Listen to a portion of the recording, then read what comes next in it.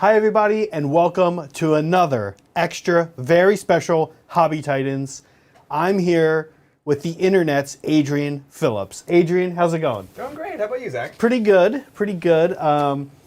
You know, there is so much news, a buzz, in 2022 about aliens. I think 2022 is going to be the year of the alien. The year of the alien. Yeah. We need to get that meme with that aliens guy. We yeah. need to just have that around, I think. 2022? Aliens. Aliens. I might dress up as that guy. You should. I should. You kind of have like the hair going already. Yeah. Yeah. And the hot takes. You kinda can't. like the OG hot take. Right. You can't prove it's not alien. Yeah. Right. Yeah. So you're saying it's not alien? Yeah. I love that guy in the wrong kind of way, but I do love to him. aspire to. Something to, in a way. We're super excited. We're chilling here today. I am going to be painting a Coldstar Crisis Commander. I currently have 2 Enforcers. Okay. You have no Coldstar? And I have no Coldstars. Oh, okay. And no idea what the new Codex brings, but I just want an Enforcer. And frankly, Brett gave me this Enforcer. Oh, that's very nice. So I have an Enforcer. I'm like, hey, let's paint an Enforcer. Yeah, absolutely. What are you painting? I am painting, wow, Dimachaeron, or Dimachaeron, or Dimachaeron, depending on who you ask. Okay. Which is a big bad four-drilled bug, as recently made famous by the Crusher Stampede. So very excited to have it. We're going to be painting up in kind of the scheme for our own Hive Fleet, which happens to be very close to Hive Fleet Leviathan. Yeah. Which is a lot of people are kind of wondering, how do I paint this right now? So very excited. I love this model. I do have the head. Right. Adrian, looks like maybe your mic is something. Looks like maybe your mic is something. Something. Levels. Giving us some levels. Yeah, it looks low. It looks low. It's low on the receiving end. Funny. Okay, he's going to fix that, Oh, but... behind me. Yeah. Hello. Hi. There we go. How you going? Yeah, it turns out the mic needs to not be... Wait, supposed to go in front of my face? Yeah, this is so weird. Adrian is like the guy who knows what he's doing definitively. I know, but when they come on this show, it just look like a fool. And they were saying like there's something up with Adrian's mic, and I looked over and was like, is he wearing his mic like a scarf? In some ways, it's more interesting. It is more interesting in some ways. Are we ready to do this? I think it's time to get creative. Let's get creative.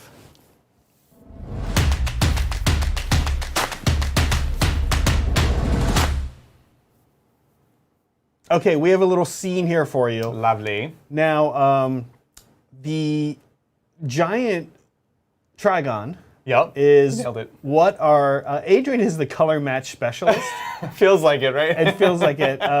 Talk to us about what you're going to go for here. Yeah, so this is the scheme of our Tyranids on the channel, and it's a cool scheme. It happens to be Titan's colors, that nice purple and white and green. And so I'm going to be painting this guy up to match it. This is actually a scheme that we bought the army as, and this was someone who actually, they function as a commission painter by selling the armies up on eBay, and so we had bought the original lot, commissioned some stuff from them. Eventually we wanted to add some other things to it, so they were kind enough to share this recipe that actually follows an Awakened Realms kind of recipe. So maybe we'll put the link in that after the show. But it's almost all washes, actually. So it's a fun, different way. I don't really paint models this way. So it's kind of a fun, different technique, and I'm excited to show you guys. Meanwhile, these are... We've seen some of my Tau on the stream before. These are my 2 current commanders. Lovely. I have magnetized these guys. I've magnetized this Coldstar today as well. So I actually don't have to paint any guns today because I have just a ton of guns painted already. My goodness.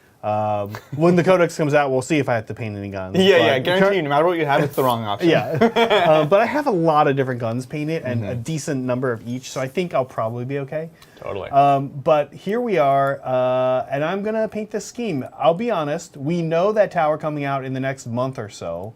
I think we know that. GW said something. Yeah, it seems like we're getting closer and closer with all the previews. So I guess I shouldn't say we know, but boy, they would really be torturing us if they did it. With the Eldar, they've made a point of saying, "Hey, we're going to torture you. We're going to have a series where every Monday or whatever day it is, we're going to actually show you something from the book." And they have not told us how long. It's amazing. So.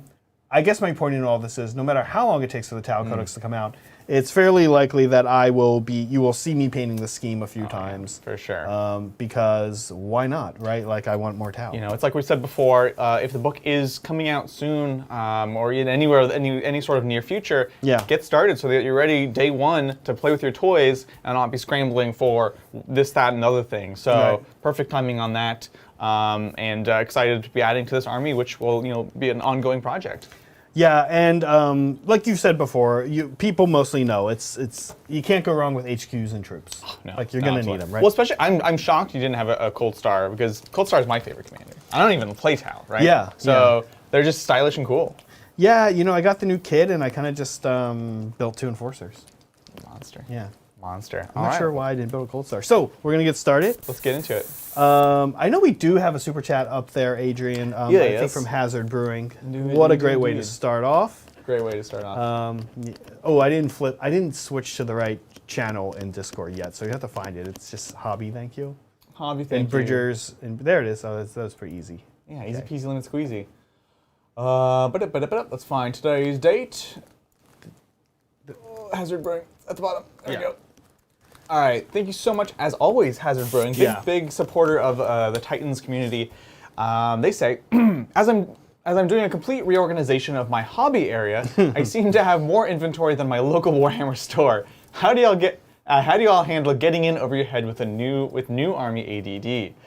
Oh my God! Look, so we were sort of just talking. We were just talking about it. What a problem it is.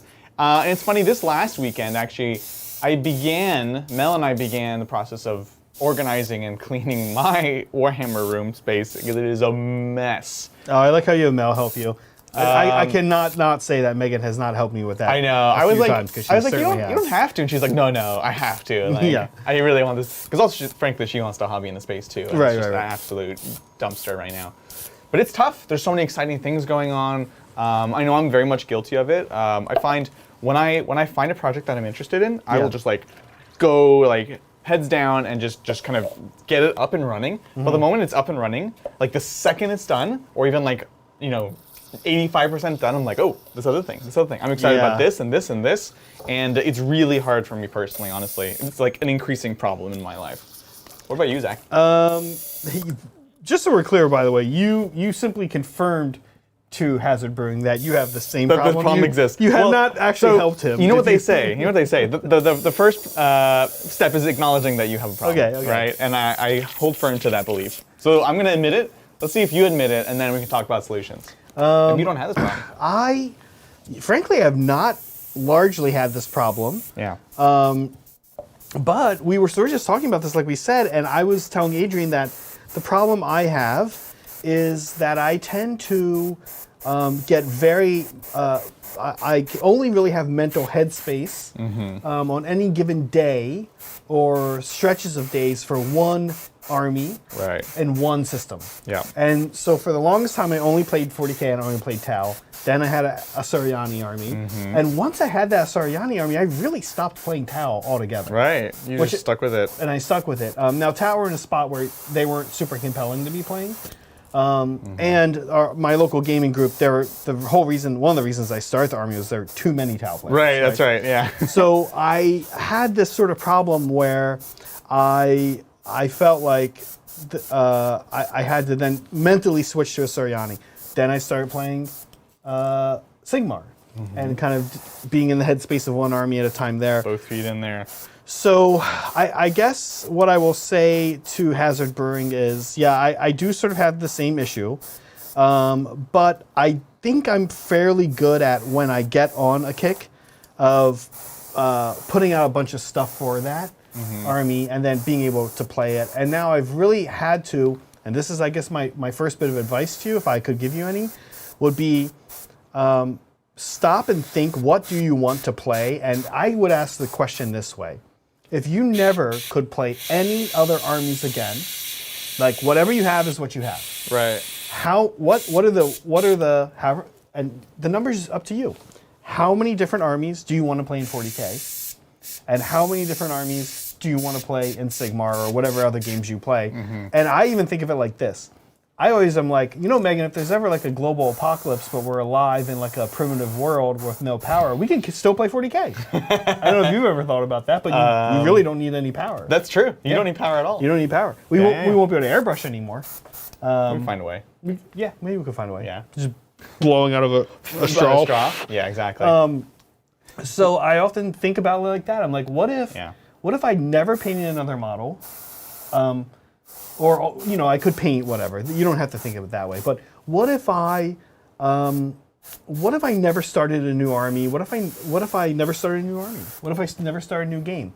And then I kind of say, okay, it's these 2 armies in this system, and it's these 2 armies in this system. You can kind of narrow it down. And you just resist? You're just like strong-willed? No.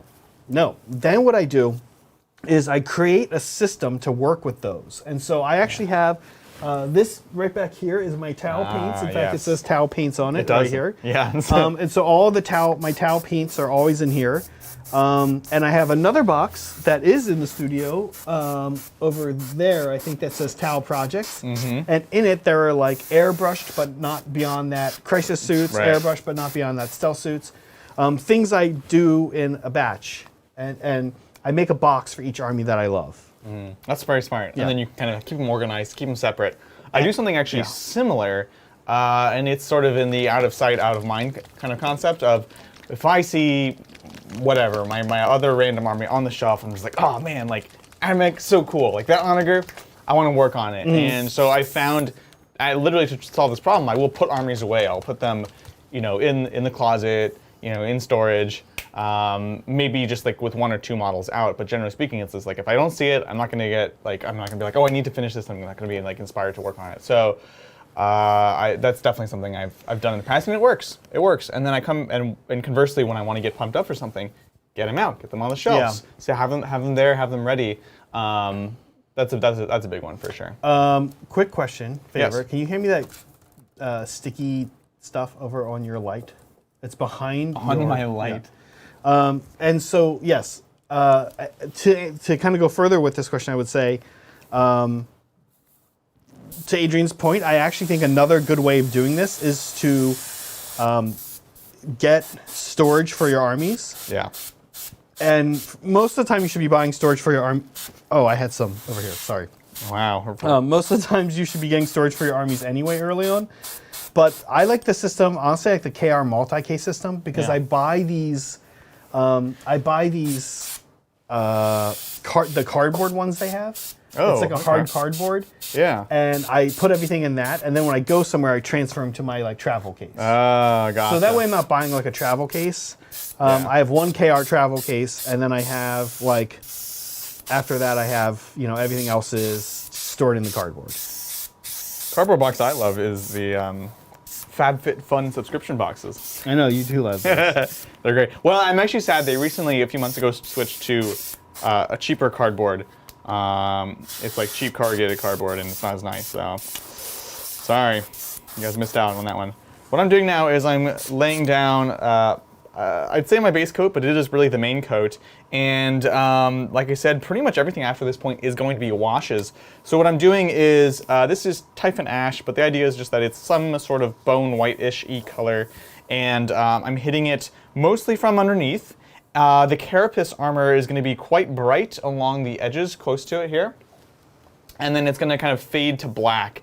And we're basically building up this underlayer so that when we go ahead and do our washes, it's going to go from essentially like purples and kind of reds all the way up to the black at the kind of the top of each of these little areas of chitin. So that's what's going on right now. Just laying it down and kind of figuring out what the best way is to do it. So that's what I'm working on. What are you working on, Zach? So I have put down my base coat, which is Minotaur dark green. Very nice.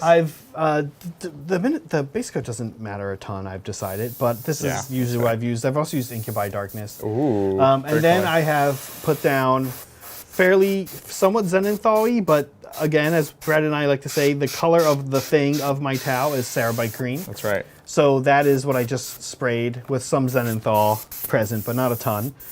And next, I'm going to do my mix of 1 part Cerebite green and 1 part Uthuran gray. Sounds great. which I have pre-mixed because, as you guys know, if I have an army that I'm going to be painting a lot, I do like to do a pre-mix. Work in bulk. Yeah, why not, right? Like, oh, that's absolutely smart. It's nice too because this way you can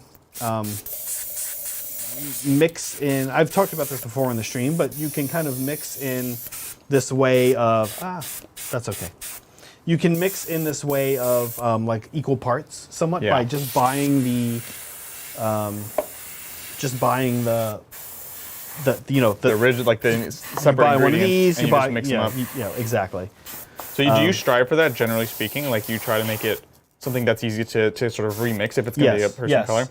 Typically like equal part, like 1, 2, 3 parts, and it's just like bottles of Citadel Air or whatever the brand is, you know. And then I'll say it's one. So my recipe for this is just equal parts Cerebite and Othron, but on my Suriani, it's more complicated because there's making coral requires yellow and red and white, and so there's 3 paints involved, and so it's kind of crazy. Like like the last highlight color is like 1 red, 2 yellows, and 4 whites. 2 parts margarita. 3/4. Right, exactly. Parts of a part. Yeah, so I have to actually buy a lot of paint all at once, but then you have a ton. Well, that's why I like doing it in bulk, because you don't have to remix. That's always my fear when mixing your own colors, because I used to do a lot more, and I was just like, oh, I'd forget the recipe, or I'd come back to it, and it would change, and I just didn't like that I wasn't getting the level of consistency that I would have hoped for, you know? So... Professional drawing technique here. Yeah, I like it. It's good. You're using those red solo cups, you know? Yeah. It's very American. Thank you, Willow, as always. Wow, Adrian, that's one tall and chitinous-looking Sister of Battle on the table there. I kid. I love seeing the bugs get more love. Thanks, Willow. I strongly considered bringing Sister to Battle here to work on because, we kind of knew we wanted to hang out and work on stuff that we were like actually working on, right, and hang out. And so I thought about it, but ultimately, the Sisters, I kind of just need to roll up my sleeves and do like the unfun part of just bulk, edge highlights and clean up and all that stuff. Right. So it would be less interesting to watch for a stream. But they are, it's happening. Yeah. It's happening. Instead, you're going to see like 2 battle-ready minis in like 2 hours. Yeah, exactly. And by the way, I did see somebody mention earlier, because you've got Adrian here, which is awesome. This week, we had Kat the past 2 weeks with me. I did see somebody ask about Brett. Brett's just been super busy in his real life. We knew this was happening. Totally. He knew this was happening. And so we actually are not having a stream next week because of LVO. Vegas, woo! But then 2 weeks from today, Brett will be back. Oh, very nice. So don't worry, he's still around. Yeah, he's been swamped. He's been swamped. So if you've been wondering, we should have addressed that earlier. I was like, oh yeah, it has been quite a while since Brett has been on the stream. We don't talk about Brett. Yeah, and we just like didn't say anything about it. Just like, there's. Yeah, you're like, who? That guy? Melody, a likely story. Yeah, it's gonna clearly be Bridger. Yeah. It's like Bridger on stilts. Oh no, I guess we would use John if we needed to replicate Brett. That's right. Yeah. It's like clearly John, but he has clearly John. He has like a mustache, but Brett doesn't even have a mustache. Yeah. And we had the fans like, that's John with a mustache. I love it. Oh, so good. Anyway, John, we might need you 2 Wednesdays from now if you're in. Yeah. Unrelated. But yeah, so next week, no hobby stream. We're going to be in Vegas. Let us know in chat if any of you guys are going to be there. Love to see you. Yes, we would. And actually, I'm very excited about that, to be honest. It's going to be awesome. Yeah, it was so cool going to SoCal and meeting people. Right? Yeah. I'm excited for Vegas. Brett and I, if you're wondering where Brett is, you can see Brett if you go to Vegas. Brett and I will be playing at the LVO Narrative for 40K. I will be doing a little bit of a Suriani. And we have this team that we're on a team together, Brett and I. And it's Black Templar and a Suriani. And we think this is pretty cool because even though Black Templar hate Brett was like, that doesn't make sense because Black Templar hate psychers. Is like, Black Templar hate human psychers. And then and demon, right? And demon stuff. So I was like, I think a lot of the Imperium actually loves listening to a Farseer. Loves listening to a Farseer. I think that's like a thing with the Imperium. Tell us like, a tale, old man. They're like, you know, he like knows what's gonna happen. Like that's very valuable as a. That is very valuable. That's true. That's fair. That's fair. Okay, so what I'm now doing is my 1/1 mix of Uthron Gray and Cerbite Green, and I'm gonna hit targeted areas. I do. This is not the final highlight, but it's the first highlight. I like it. And so I this is just kind of aggressively Xenonthawed. The next thing I hit is just straight Uthron Gray, and that is targeted. And we'll talk about where I target in a second. So here we go, kind of an aggressive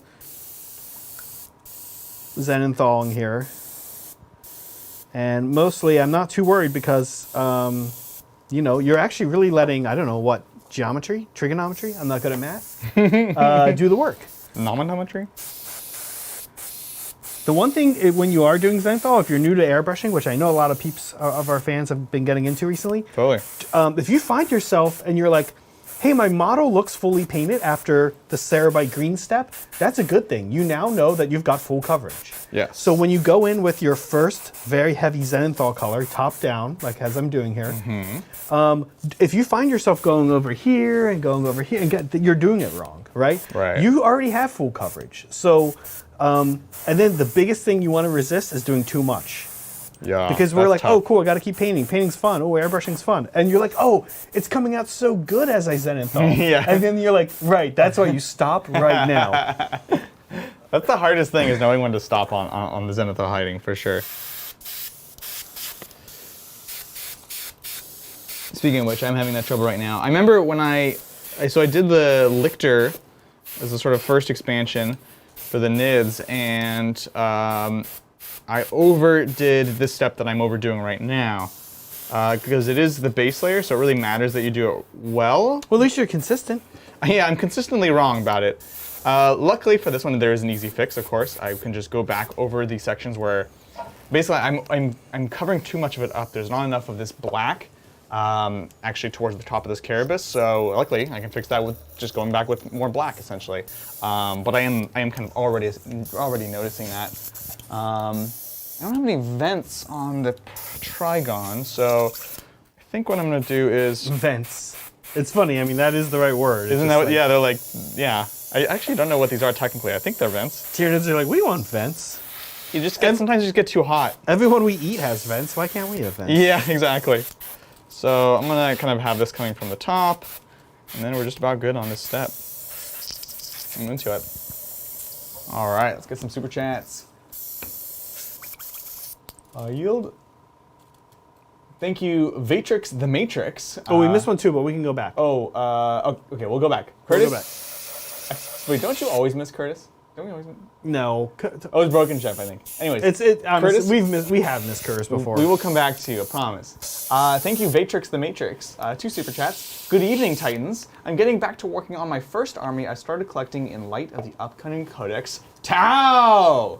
Yes! I'll read the second part because it is related. I'm going a custom set with a desert tan / navy blue color scheme. Nice. And I recall Brian had a trick regarding getting ink wash and thin panel lines with matte varnish. Do you remember what it was? This is classic. I don't know Brian's. I will say that. So. Do you know it? Yeah, the general principle is just... Adrian is the brine specialist. I am the brine specialist. He's the color match specialist, and he's the brine specialist. I've studied him for years. Actually, earlier today, Adrian was like, I don't know, ask Brian. And then I asked Brian, and it was right. Brian gave good answer. I told you. Yeah. You would know. I was like, he's good at this kind of thing. Know when to defer. Like, go ask your father, okay? Yeah. So... gloss varnish, matte varnish, all these things will kind of affect models differently. And the idea is with a gloss varnish, things are going to have a tougher time sticking to the material, I guess I'll say, without knowing quite the right terminology to use. And so the trick, what you can do is you can actually paint the base layer, spray it with a gloss varnish, and it's not going to grip as well, basically. So it's going to kind of go into the recesses, into the shading and all that stuff from there. And you can let that dry, and then what you can do afterwards is you can re-spray it with a matte varnish. It's going to get rid of all that glossiness, and so you get the benefit of the glossy texture that one time, but when you actually need it. But then the final result doesn't have to be glossy. I will say that once you've kind of painted it, still try to get into the recesses as much as you can. Don't just kind of glom it on and let it figure itself out. So do that, and then with a brush or a Q-tip or what have you, do also kind of remove it from anywhere that's not in the crevices. Give it a bit of help. It's not going to do everything for you. But generally speaking, I believe that's the technique that you're referring to, that I know Brian does use for his kind of panel lines and stuff like that. So. Yeah, I will say I do my panel lines basically old-fashioned way, which is that I just do my panel lines. Oof. You guys are about to see it because it's actually the next step. And I just finished airbrushing. Now I can show Adrian if we do a shoulder zoom. Yeah, I'd love to do a shoulder zoom. I basically finished, but I can show you guys the areas I kind of hit. So when I have the model, I kind of think about hitting. Typically on a crisis suit, I hit the shoulders, the head, and sometimes this chest part up here, and then the commander, the Coldstar I hit up here on his fins. I also wanted to gradient the shield a bit, so I got right around here up on the shield. And then finally I hit, depending, not so much on this guy, I hit sort of up here on the top part of the thigh with white, and then down here on the knee part. And I actually love to do inverse like that, like top of one, bottom of other. That's cool. Don't overthink. If you want to try it and you're like, oh, I don't know if he's been built that way though, does that make sense? Don't overthink it. It'll look cool, I promise.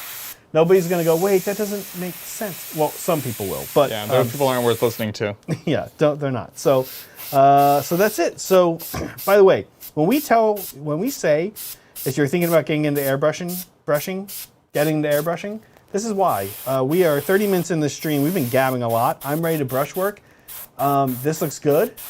There's gradients, there's shading, there's highlighting, and now I can do the hard stuff, and I'm fresh, and I can focus on this stuff now. I love it. Without stressing myself out and not, that would have taken 2 hours by hand. Yeah, seriously. And now I'm done, and it wouldn't have looked as good. There are definitely, for me anyway, there are definitely people that can make that look better by hand, but I'm not one of them. I'm also not one of them. I'm not one of the people that can paint better than me. If that makes sense. You know what? That makes a lot of sense. Yeah. Words of wisdom from Zach. I can't paint better than. Well, I guess it is fair. Like Brush Zach can't paint better than. Can't get better results than Airbrush Zach when it comes down to laying those kinds. And more slowly too. Right, and more slowly. Yeah. So that's why I say, because it's a fatigue thing. Like I'm ready to get in there and do. Yeah, I feel you. Do the dirty work now. You done with that dump cup? Yeah, I am done with the dump cup. Just gonna do a little dump. For my next, you know what? I probably will do more airbrushing, because I might mask and airbrush that. Although probably not. That's a little more than necessary. My next step, speaking of panel lines, is panel lines. Panel lines. And the reason I do panel lines next, as I mentioned before in stream, is I'm not intending here to, I'm going to be holding him by his feet as I work on him, and just kind of carefully holding him, and other things will come off. What won't come off are, in this order, airbrushing, decals, and panel lining. Mm-hmm. So I typically will do those things first. There's not going to be any decals on this guy today, although actually I might. We'll see if I have some. I might put some on his leg plate. Totally. Actually, I'll probably put some here on the shoulder too. So anyway, there eventually will be decals, but I do things that can withstand me moving my hands around. Yeah, that's very smart. Know thyself, know thy process. Yep. Know what I'm saying? Yeah. All right, I think Curtis is ready.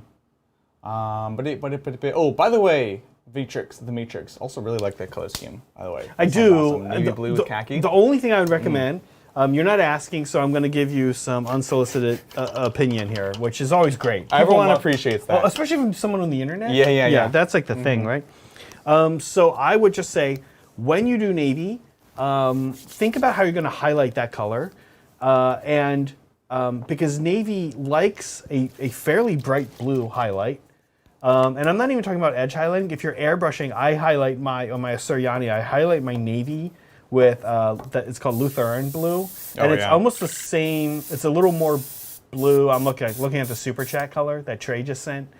It's not quite that green, but it's a fairly bright. Isn't blue. that kind of like what we use for Brian's Ultramarines? Yeah. Okay. Yeah. So, and if you put a little bit over navy, if you're airbrushing, you're gonna be like, well, no, it's just gonna turn blue. It won't. The navy will come through. You need a lot of coverage. Think about trying to like spray paint white over black. Like you're gonna need a few layers, and that's exactly what you want because navy otherwise looks very flat, looks very black, and just consider a bright highlight color is what I'm saying. Yeah, love it. In chat, Mel is auctioning off my clothes. Good. Oh, you're okay. We're making space. We're making space at the good. I space guess at home. sounds good. Well, yeah. So we have an apartment, and my like gaming hobby space is actually the master bedroom. Okay. So I have like a clothes closet in the space. Yeah. So thank you, Curtis. As always, greetings, Titan humans. Looking to scratch build a RW. This is Ravenwings. That's what Curtis is working on. A librarian, even though it is Legends, because Interromancy is amazing. Any suggestions? You know what? I love it. Super cool. It's honestly a travesty that a lot of these Ravenwing things are legends. Are legends, honestly. Yeah. So, any suggestions? Well, can I toss out one suggestion? This is going to be really an Adrian question, but can I toss out one question? Sure. That is a question/suggestion. Okay. Is it possible to make him Curtis?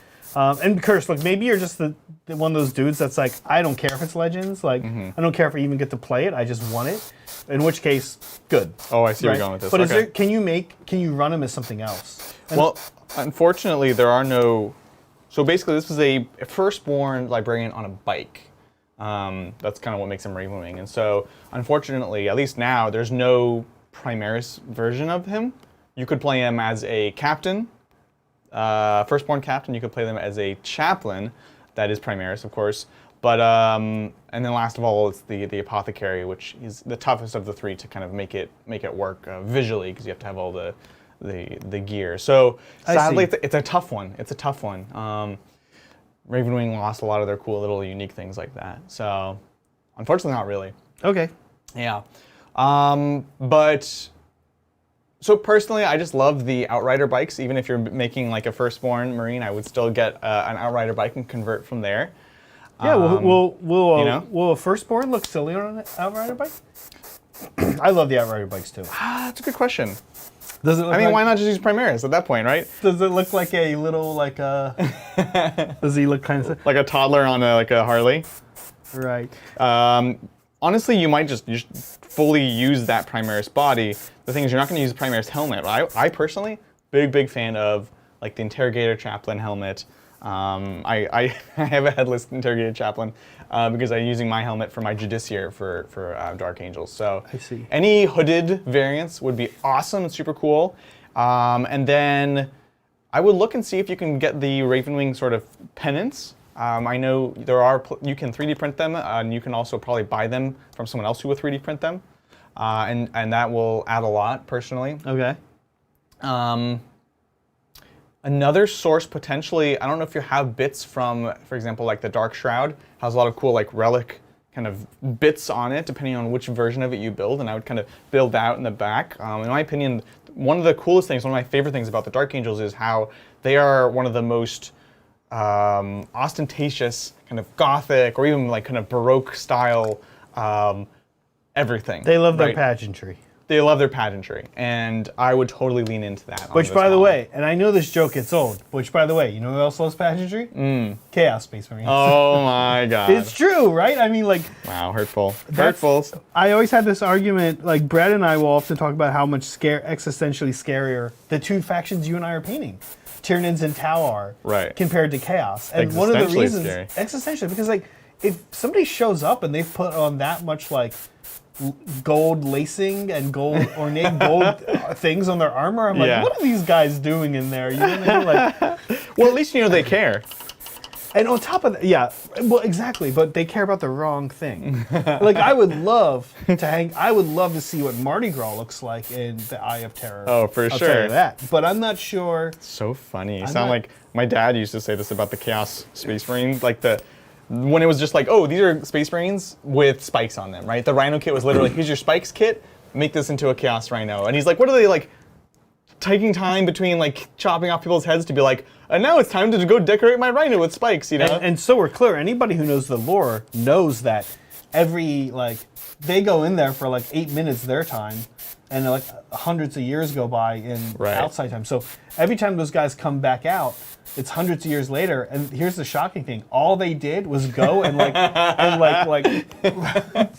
paint their armor. That's very valuable. You're right. They come back out. No wonder some of this stuff Abaddon's trying is not working. It's like I love it. Meanwhile, the Tyranids are like, yeah, we don't really care about anything except for winning. Just getting it done. They're like very much like 7 Habits of Highly Successful People. Yeah. Just like. It hurts, but it's true. It's true. So that's why, like, I don't know. I mean, cool. They look great. They're awesome. Chaos Space Marines, but You hater. no, I do love Chaos Space Marines. But what about Dark Angels? We're talking about Dark Angels. Dark Angels are cool, but I love the pageantry. What can I say? You're like, man, Chaos Space Marines, they're losers, and Dark Angels are like second-hand losers. That's what I'm hearing. They're lovable losers, though. They are so lovable. I love Dark Angels, man. Well, hopefully that's helpful, Curtis. A few ideas. Yeah, I can't help here, Curtis. I don't know. I'm so bad at Space Marines. So bad at like understanding them. Yeah, honestly, like, It feels like.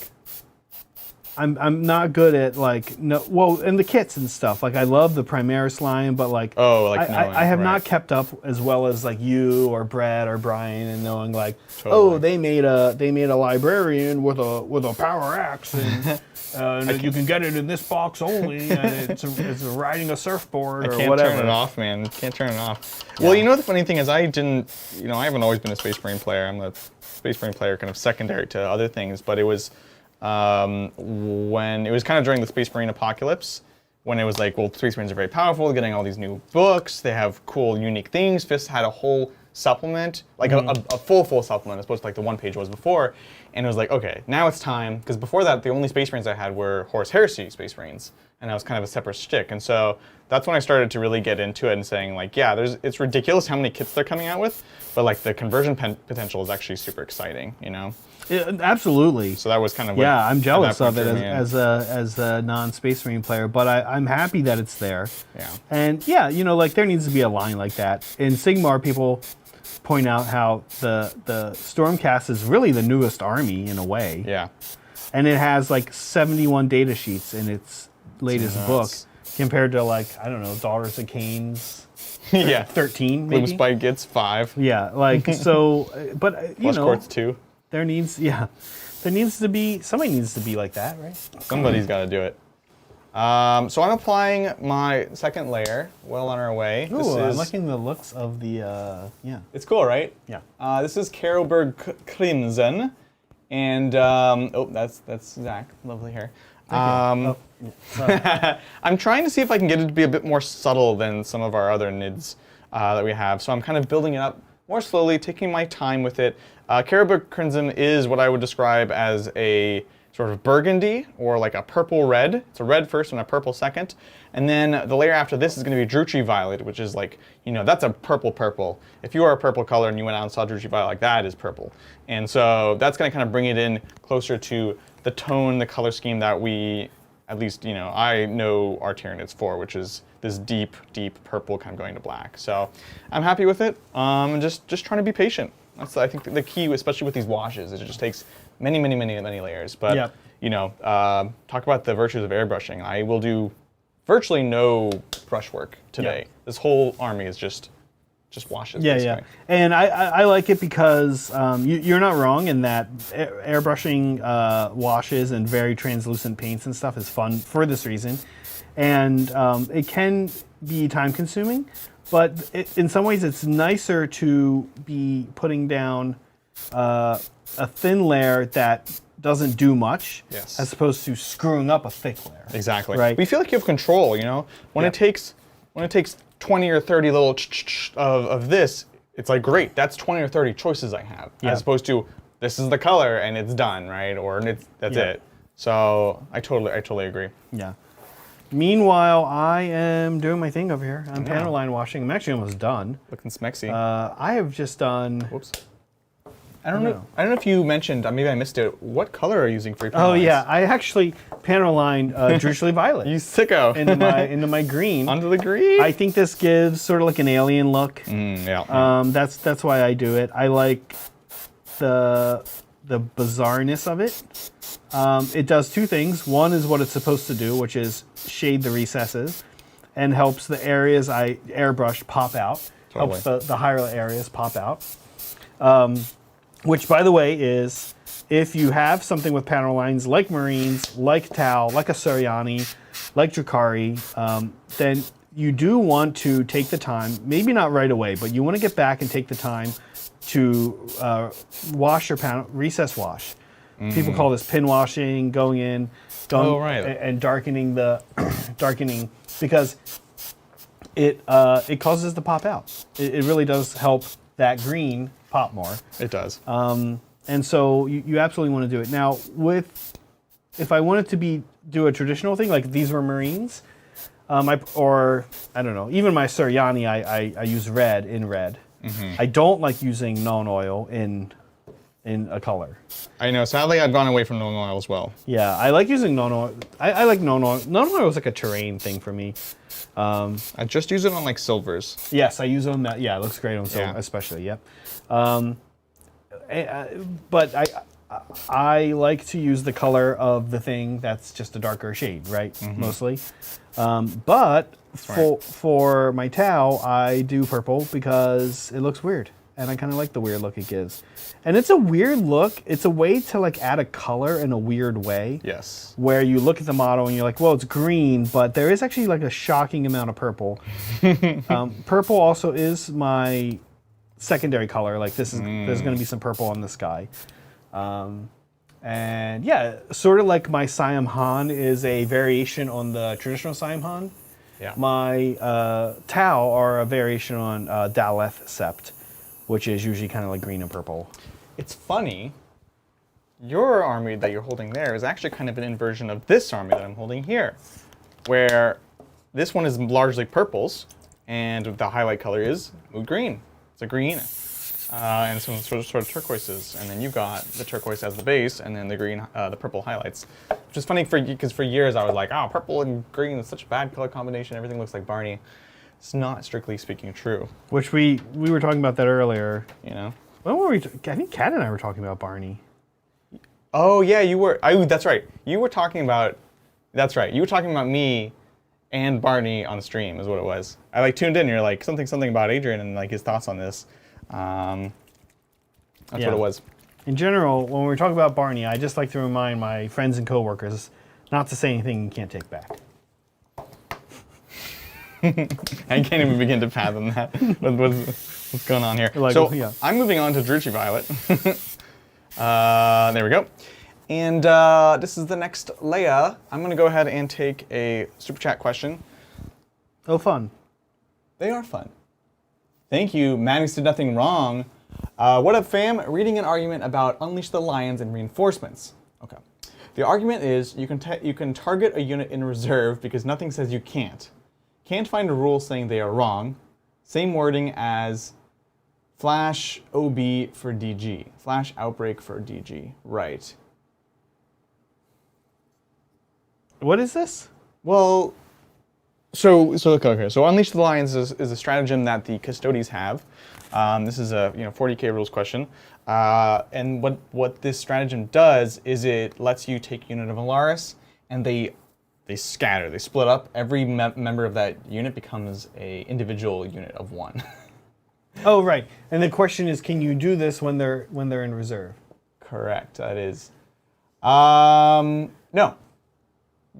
There should be a rule in the core rules. In the core rules. That says you about cannot use stratagems on models that are not on the table.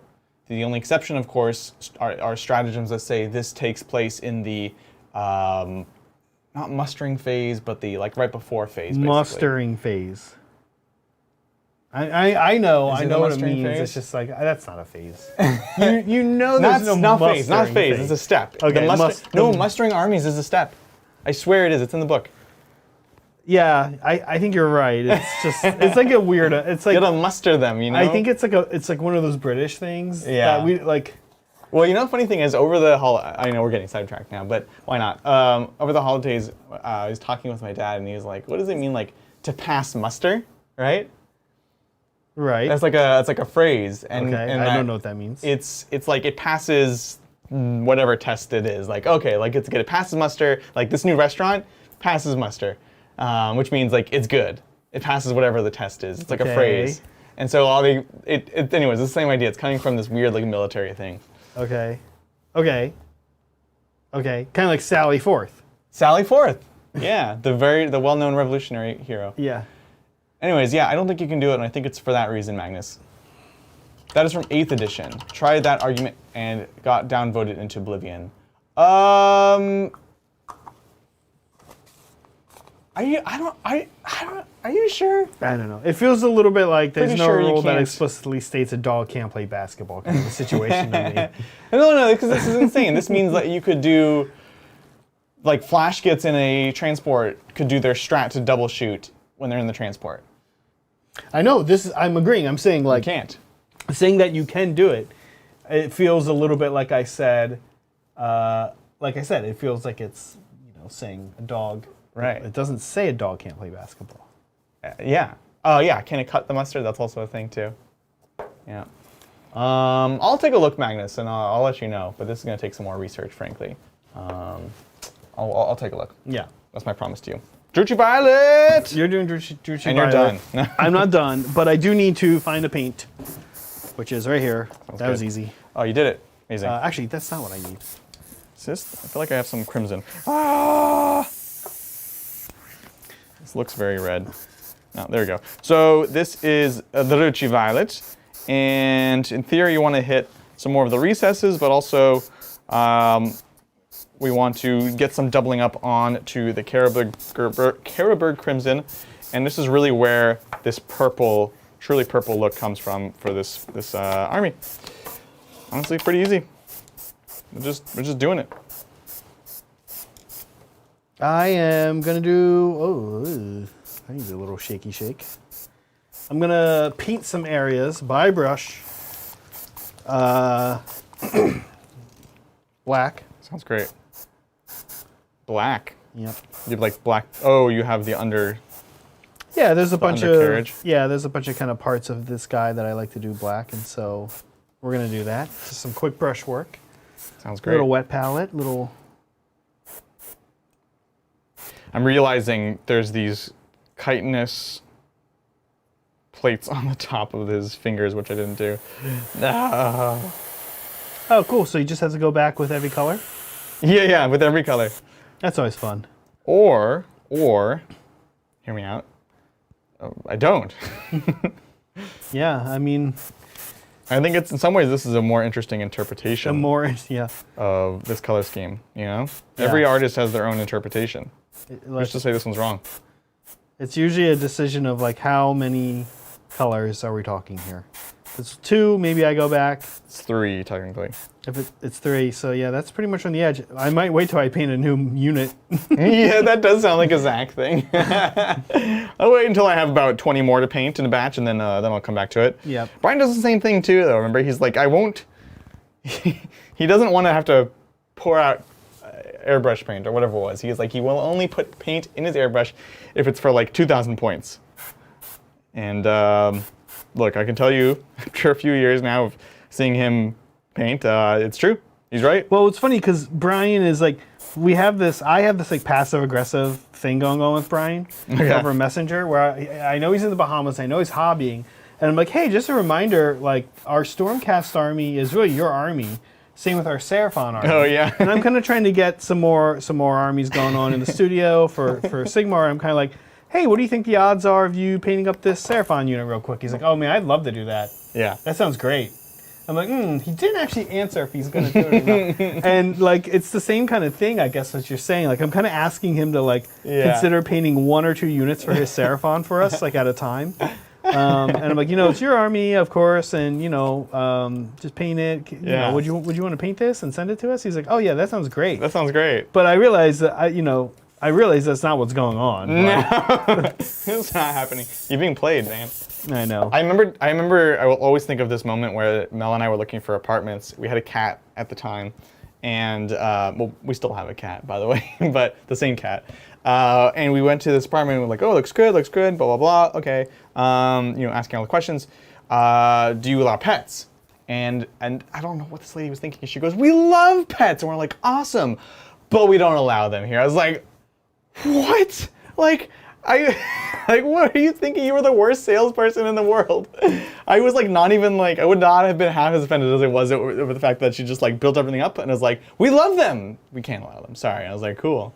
We want you to, but love pets. Look, we're never going to talk or see you again, but we want you to leave here knowing that I personally, and in general, I speak for everybody here at the apartment complex. Exactly. When I say we all love pets. Like, thanks. You can tell how much we love them. Thanks, bro.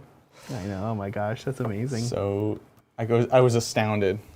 Well, it's also funny too because we had just come from San Diego, and I had heard this a million times. Like, so I grew up in the Bay Area, Northern California. Went to school down in San Diego, and I hear there's like this thing between Northern California and Southern California, NorCal, SoCal, and there's like a friendly and not so friendly animosity. And I heard it like, oh yeah, they're so like showy down in SoCal, and everything's like show business, blah blah blah.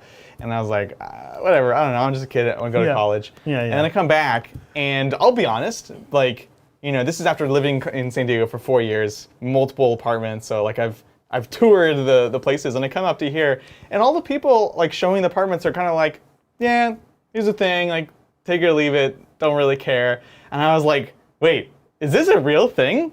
Like, there was no salesmanship. Like, it's not like they're rolling out the red carpet in San Diego and SoCal, but it would definitely kind of highlighted like very different ways of approaching it. And I was shocked. That is interesting. I also have lived in both parts of California, and I'm from neither. And my general observation is that they're almost identical, and that people basically like make weird sweeping observations based on the stereotypes of the places. Of course, which the stereotypes of the places are largely based around the industries that are there. Right, like, of course. Like you were saying, oh, it's showy in Hollywood and in Southern California. I was open-minded, Zach. It's all my fault. Yeah, I was very open-minded, I'll have you know. I can't say I ever really strongly felt like there are huge cultural differences between... Insurmountable, some people might say. Yeah, there are some, but... There's some, yeah. Not huge. So I've gone ahead and reapplied the white, or applied it for the first time up here, and what I'm going to do now, because this actually is the next step, is going to do a couple highlights, kind of reintroducing it now on top of the airbrush. Yeah, I think the color you have going on is very cool. You have the situation I love, and we talk about this with trees on the channel, where like it's not exactly one color. Yes. You can't really look at that and go, oh, it's purple, or oh, it's red. Like it's kind of got a little bit of both going on.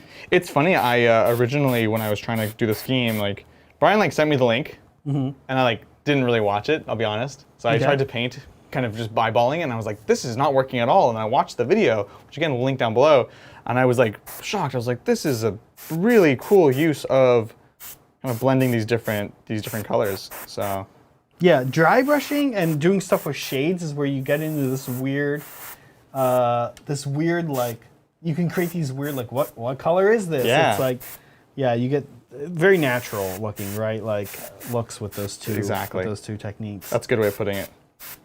I love it. I love the weird blending. All right. Hey, should we do our? We have a kind of a fun, not quite a top 5, but we have kind of a fun. We do. We have kind of a fun one. It's quite exciting. You want to start off talking about your? Well, let's talk about what we decided we wanted to talk about, and then yes, of course, I'm happy to. We decided that we want to celebrate all things Xenos. We have had GSC come out. Yep. Recently, we have had Crusher Stampede. we have been being torture teased with a Suryani. I don't like the way you use that phrase. And Tau, yeah. So it is, lots of people are already observing. This is a very Xenos year, 2022, for GW. Year of the Xenos. So we decided what we would do. Not quite top 5.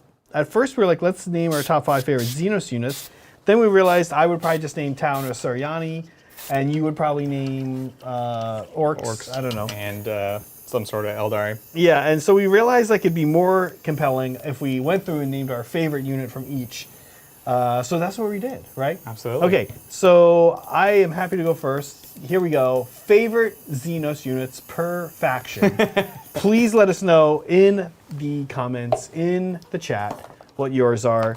Very curious, yeah. So that we can get fake hostile all with each other and say, go into the Discord and say why you're wrong. Fake, showy SoCal hostile. Yeah, towards each other. showy SoCal Now, hostile. we did what's the word? Aggregate a category. So you notice we have Eldari is one category. Yeah. So apologies. You know what? We're about top 5s here. Even if it's not top 5, got to do 5. You gotta do 5. We got to stick to the brand. Yeah. So take it away, Zach. So for orcs, my favorite orc is that big mech with the shock attack gun. Yeah. This is a somewhat new model, but that shock attack gun is so cool. It's got kind of the Yanari like magic stuff going on. Sigmar, like let me illustrate the magic in this. Let's like actually put magic spell kind of thing going on, Right. but it's just his gun energy, right? And I think it's such a cool look for orcs because it lets somebody like paint glow effects and stuff on orcs, which is they're not usually a model that has that, Yeah, right? exactly. So I like it. I love his glass. He's easy like glasses, right? Yeah, he's like wild. Goggles, and you can like. I've seen so many cool people do like reflections on the goggles from the gun. Yeah. It's just a cool look. For Eldari, my favorite is definitely the Hornet. You guys have seen me paint a Hornet on stream forever ago. The lobster. Yeah, the lobster. I love the Hornet so much. I just think it's a hit model, and I'll be taking, I think, 2 Ooh, to my spicy. LVO narrative list. Oh yeah, you guys don't have to submit lists ahead, do you? I think we do. Oh, okay. 'Cause our lists were due Monday. Oh, really? Okay. I don't think ours are due yet. Okay, some cool lists coming in here. Melody. I'm looking at hers. Ghost Kill. Okay, love that. Void Ghost Dragon, Kill. Yeah. Ghost Kill is super cool. But Ghost Kill almost made my list. It was very Yeah, close. Ghost Kill is super cool. Okay, Tyranid Ghost Kill is probably my favorite name of a unit. It's so cool. Yeah. Yeah, it's so cool. Okay, for the NIDS Gene Stealer Cult aggregate group here, I said a Zoanthrope. I love the Zoanthrope. I love the Neuranthrope. I do just also, we didn't really specify. We didn't talk about, is it favorite stylistically, lore, looks? Right. No, I think you can just, I defend mostly yourself. wove all mine in together. I was All just the like, reasons. yeah, kind of like How do they who balance comes out? out on top. Yeah, right? okay. And I do love the Zoanthrope. Megan has a Tyranid army, and for a little while, yeah. I was playing hers, and I was, especially whenever I played Brett and he went to run his Tau, I didn't want to do Tau and Tau. And I love the Zoanthropes. I always thought they were really cool. They're so cool. Yeah, I know they're not currently peak competitive, but I still think they are pretty good. They're definitely scary, that's for sure. Yeah, and they're fun. I don't know. They're just fun. And actually, they could weirdly, or can they still? No. What edition? When you ran after you. They can do it, because it's a psychic. They can still do it. Yeah. They can advance up and then do the big brain blast. Right. I had a friend that was all in on these, and it was always wild to fight. Yeah. Very fun. Okay, for Necrons, my favorite Necron is the slightly less than humble, but still somewhat humble Immortal. I think it's a great pick. Here's why I love the Immortal. It's a similar reason why I love a Tau Fire Warrior. If you actually look at a pulse rifle, it's like the size of the Fire Warrior. I love the idea that Immortal is just like, okay, here's how I'm going to war. Yeah. Like, I mean, honestly, imagine taking like a leaf blower to war. Right. You love the pageantry of it. I love. Yeah, there's like a degree of pageantry, but it's like an efficient pageantry where it's like, look, all I really have to do in this battle is take this giant gun and just aim it at things. Yeah. And the gun is huge, and I'm super tough because I'm a giant deathless minion robot. Naturally. But I'm going to just have this giant vacuum cleaner style leaf blower gun that is like, I had to hold, you can barely even aim this thing. Right. You're just kind of holding and pointing and like shooting in the general direction. They just seem like exterminators to me. Like it's very They're not here to battle. They're here to exterminate. 100%. They're here to like hold this gun, point it where you are, and just shoot. I've always loved Immortals. The new model. Actually, you know what I should have said for Necron? Yeah. It's the same kit as probably the Deathmark. Visually, I think the Deathmark might be the coolest. Deathmark is cool. But I know that you just don't see them, unfortunately. Sniper rolls are always so wonky. Yeah, they really are. But the Deathmark is so cool, too. It's just a great kit. And then finally, probably my favorite unit for sure, the Tau Stealth Suit. Yeah, again, you love these guys. I do. I have a ton. And as I've said, it's one of my favorite models to paint because it is easy to paint, easy to do a cool job on. Yep. Takes to airbrushing well, takes to a little bit of cool brushwork well. Yeah, I think if I ever do a diorama, I'll probably try one of the stealth dioramas. There's a super cool one from forever ago. I'm sure most of the people in chat or watching have seen it, where the guy did like from one angle they look invisible. Oh yeah. Yeah. So I just think, I don't know. I just think the Tau Stealth are just all around super cool. They really are. Yeah. I'm a big fan of them. How about you? Let's take a look what I've got. So mine, I've got the Orc Commandos, especially the new ones. Just absolutely fantastic kits. Obviously, this is my favorite line of models, and there's a lot of good contenders in there. But truth be told, the new Commando kit is just completely packed with character. So much fun to paint, so much fun to play. Obviously, the lore behind the Commandos is a lot of fun. So, hands down, it's the Commandos. Okay, like it. Eldari, I love my Lynx. You do love them, yeah. I really like that model. I think it's a very sexy model. It's just beautifully designed. It looks like a big, scary tank, but it's not clunky. And so, for me, it's just like the perfectly designed Eldar tank. And although I love the current plastic kits, I don't think they need to be redesigned. If they did, I hope they would look towards the Lynx to sort of the model behind that. And as a little longer, a little thinner. Yeah, more. Well, yeah, well, more, just longer. More really. lithe, basically, Yeah. or lithe, however you pronounce it. So that's that. For NIDS and GSC, which I agree, Willow, it's not fair to have them be in one category, but that's life with us. That's life with us. We're not unfair. We have to make unfair decisions, Always unfair. Yeah, it's really difficult.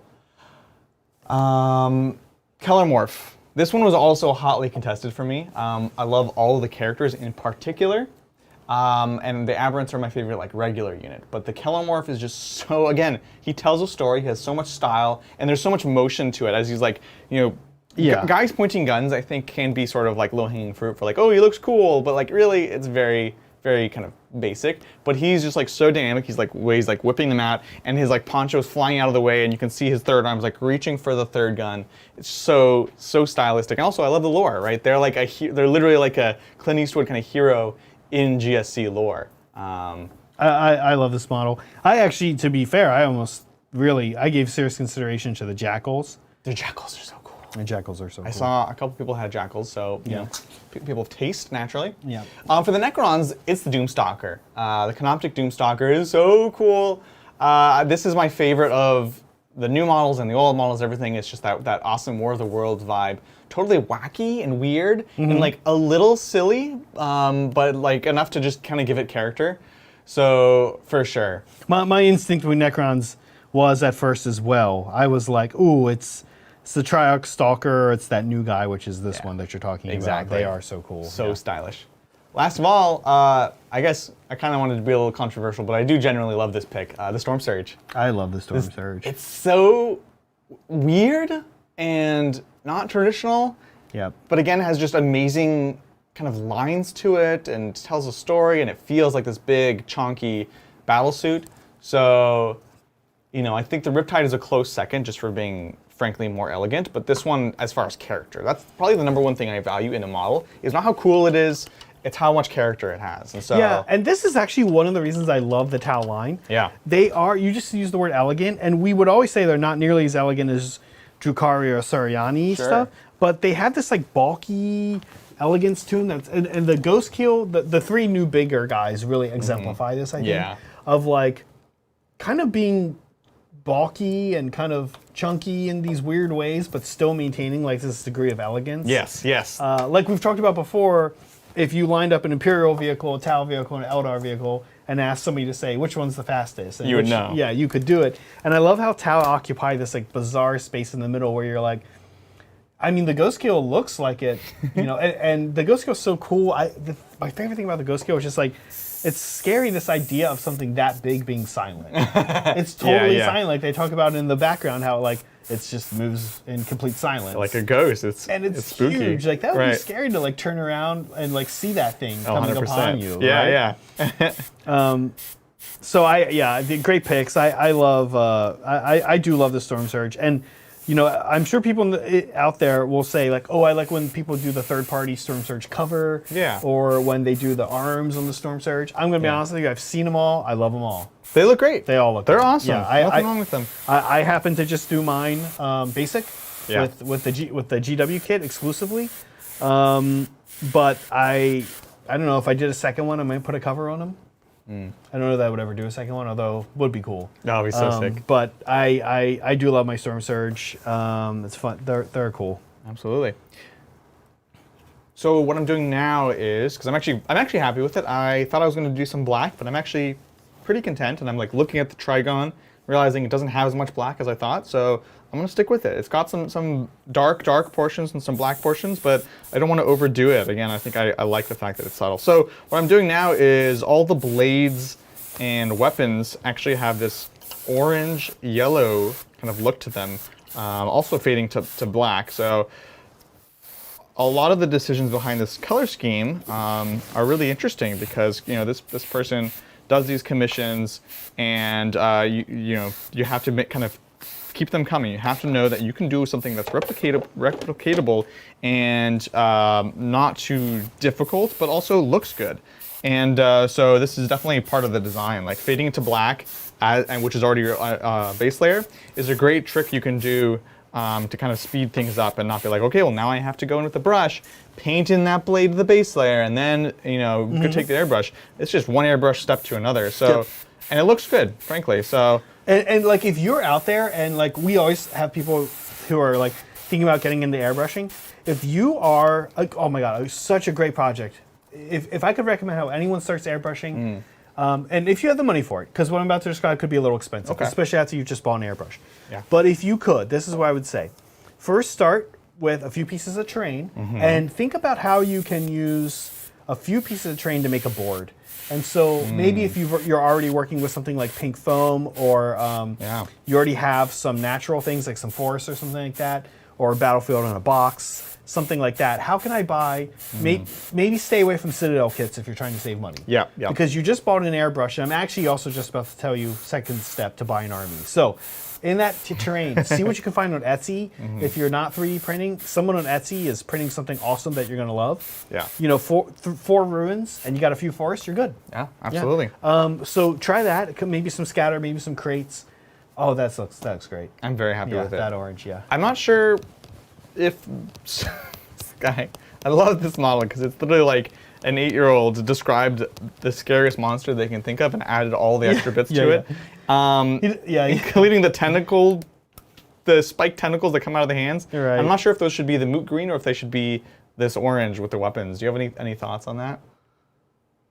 The tentacles? The tentacles. Well, at the risk of leaving me here alone, I would say there's a precedent set with other things. Probably I think we have some lash whips on the Tyranid warriors. I think they're green. Okay, let me take a look. Yeah, my instinct is painted green. So I'm gonna leave you alone. I can tell my story, which is I'm gonna miss the story now. That I was saying is get a few pieces of terrain, and do that, and get going on an airbrush with that, and then step 2 of, hey, I want to get going on airbrushes. Do exactly what Adrian's doing here. Figure out an army that you can say buy 2,000 points of, right? And use it to get into Sigmar if you want, or just an army you've always thought, hey, I kind of want this army, but I know I don't love this army, but I occasionally look at it. Could be Space Marines, could be Necrons, like or maybe you already have a space, maybe you already have like 4,000 points of Ultramarines, and you're like, hey, you know what? I'd like some White Scars. You know, I'd like some Imperial Fists, or I'd like some Blood Angels. Get that army and see how you can do just a totally airbrush army. I'm not saying 2 years, 3 years down the road, you're not going to go back and say, okay, I want to go in with brushes a little bit. Right. But here's what's cool about that. When you decide to get ultimate brushes, that army's there waiting for you. And in the meantime, you've had 2,000, 2,500 points of Blood Angels that you got to play. Yeah. So I think it's a great idea to like see if you can paint an army purely with an airbrush. And it's like a quick, I don't want to say weekend, but like a 2-month project or maybe even a 1-month project that you're saying, I'm really using this to get better at airbrushing. Yeah, and it gets you out there playing with them sooner. You know, I think I'm a big fan of just getting things on the table as fast as you can. And so that they feel good for you and your opponent to play with. And get them like tabletop ready as fast as possible. You can always come back and do more. I put a lot of work into my armies, but if I show up and an opponent's got like a very decently airbrushed army, I'm pretty happy to play that. Yeah, totally. Yeah, exactly. So I did confirm the lash whips are in fact green. So we'll leave that as is. The hoofs are this sort of orange yellow. So I'm just hitting those up a bit, and on the Trigon, they have these kind of side spikes as well, so I'm going to do these, I don't know what they are, chest spikes. This model is so wild, like, just to reiterate how ridiculous it is. It has a 5+ invuln in the game. Why? Because it's tough? No, because it jumps high. Really? It's literally that's the reason. It jumps. Well, my monster, it jumps super high and it goes super fast, which it does. And it's so good also at jumping that it can jump over everything, which it does also in the game. It moves over terrain and models. It's not fly, which is important because it means you can even charge over terrain models. Right. It's better than fly. It's better than fly. Also, each of its hands have like 2 double giant monster scythes and 1 extra little knife spike on the back. Okay. Well, you know what? Okay. Well, it also has 2 extra arms on the side that have tentacles, and those tentacles also have spikes and they're poison. And if you get too close, also its chest opens up and it's going to eat your face, and then it absorbs you and makes it even more powerful. Oh, by the way, one last thing, in case that wasn't enough. I have this giant tail, which makes it balance itself, which also helps with jump. And that has a giant stab that can kill you in 1 shot. You sound like a kid making up rules for like a game. Hey, Adrian's like a big brother of 4 boys. Yeah. So you're like a pro at what you just did right there. It's exactly what it is. Here's my rules in this game in our pillow fort. You have to account for like every counter argument that they're gonna make, right? And you get good at it. Exactly. Yeah. They're like, oh well, I'm invisible, and you're like, well, actually, I make a wall of fire, hits everything around, so it doesn't matter if you're invisible. Doesn't really matter. You know, that's like, actually a pro counter to invisible. Like. It is. My default thinking would have been like, well, I can see invisibility, but you're like, no, that's too stupid. It doesn't matter. Like, yeah. So you gotta know, you know. If you know, you know. So, anyways, I love how ridiculous. I also love that Brian hates this model for all these reasons. He thinks it's the silliest thing. And guess what? Now the studio has 3. Yeah, he's gonna hate it until he comes back and plays Tyranids. I'll be like, you know what? You should have responded to Zach about those Seraphon. I know, yeah. He'll come back and play them against me. Oh my gosh. It's not funny anymore. Wow. Very funny. Oh my god. So I feel like we're not too. I know you're trying to get stuff done. I can read super chats. Oh, actually, I can. You can do a thing. I can do you want a mouse?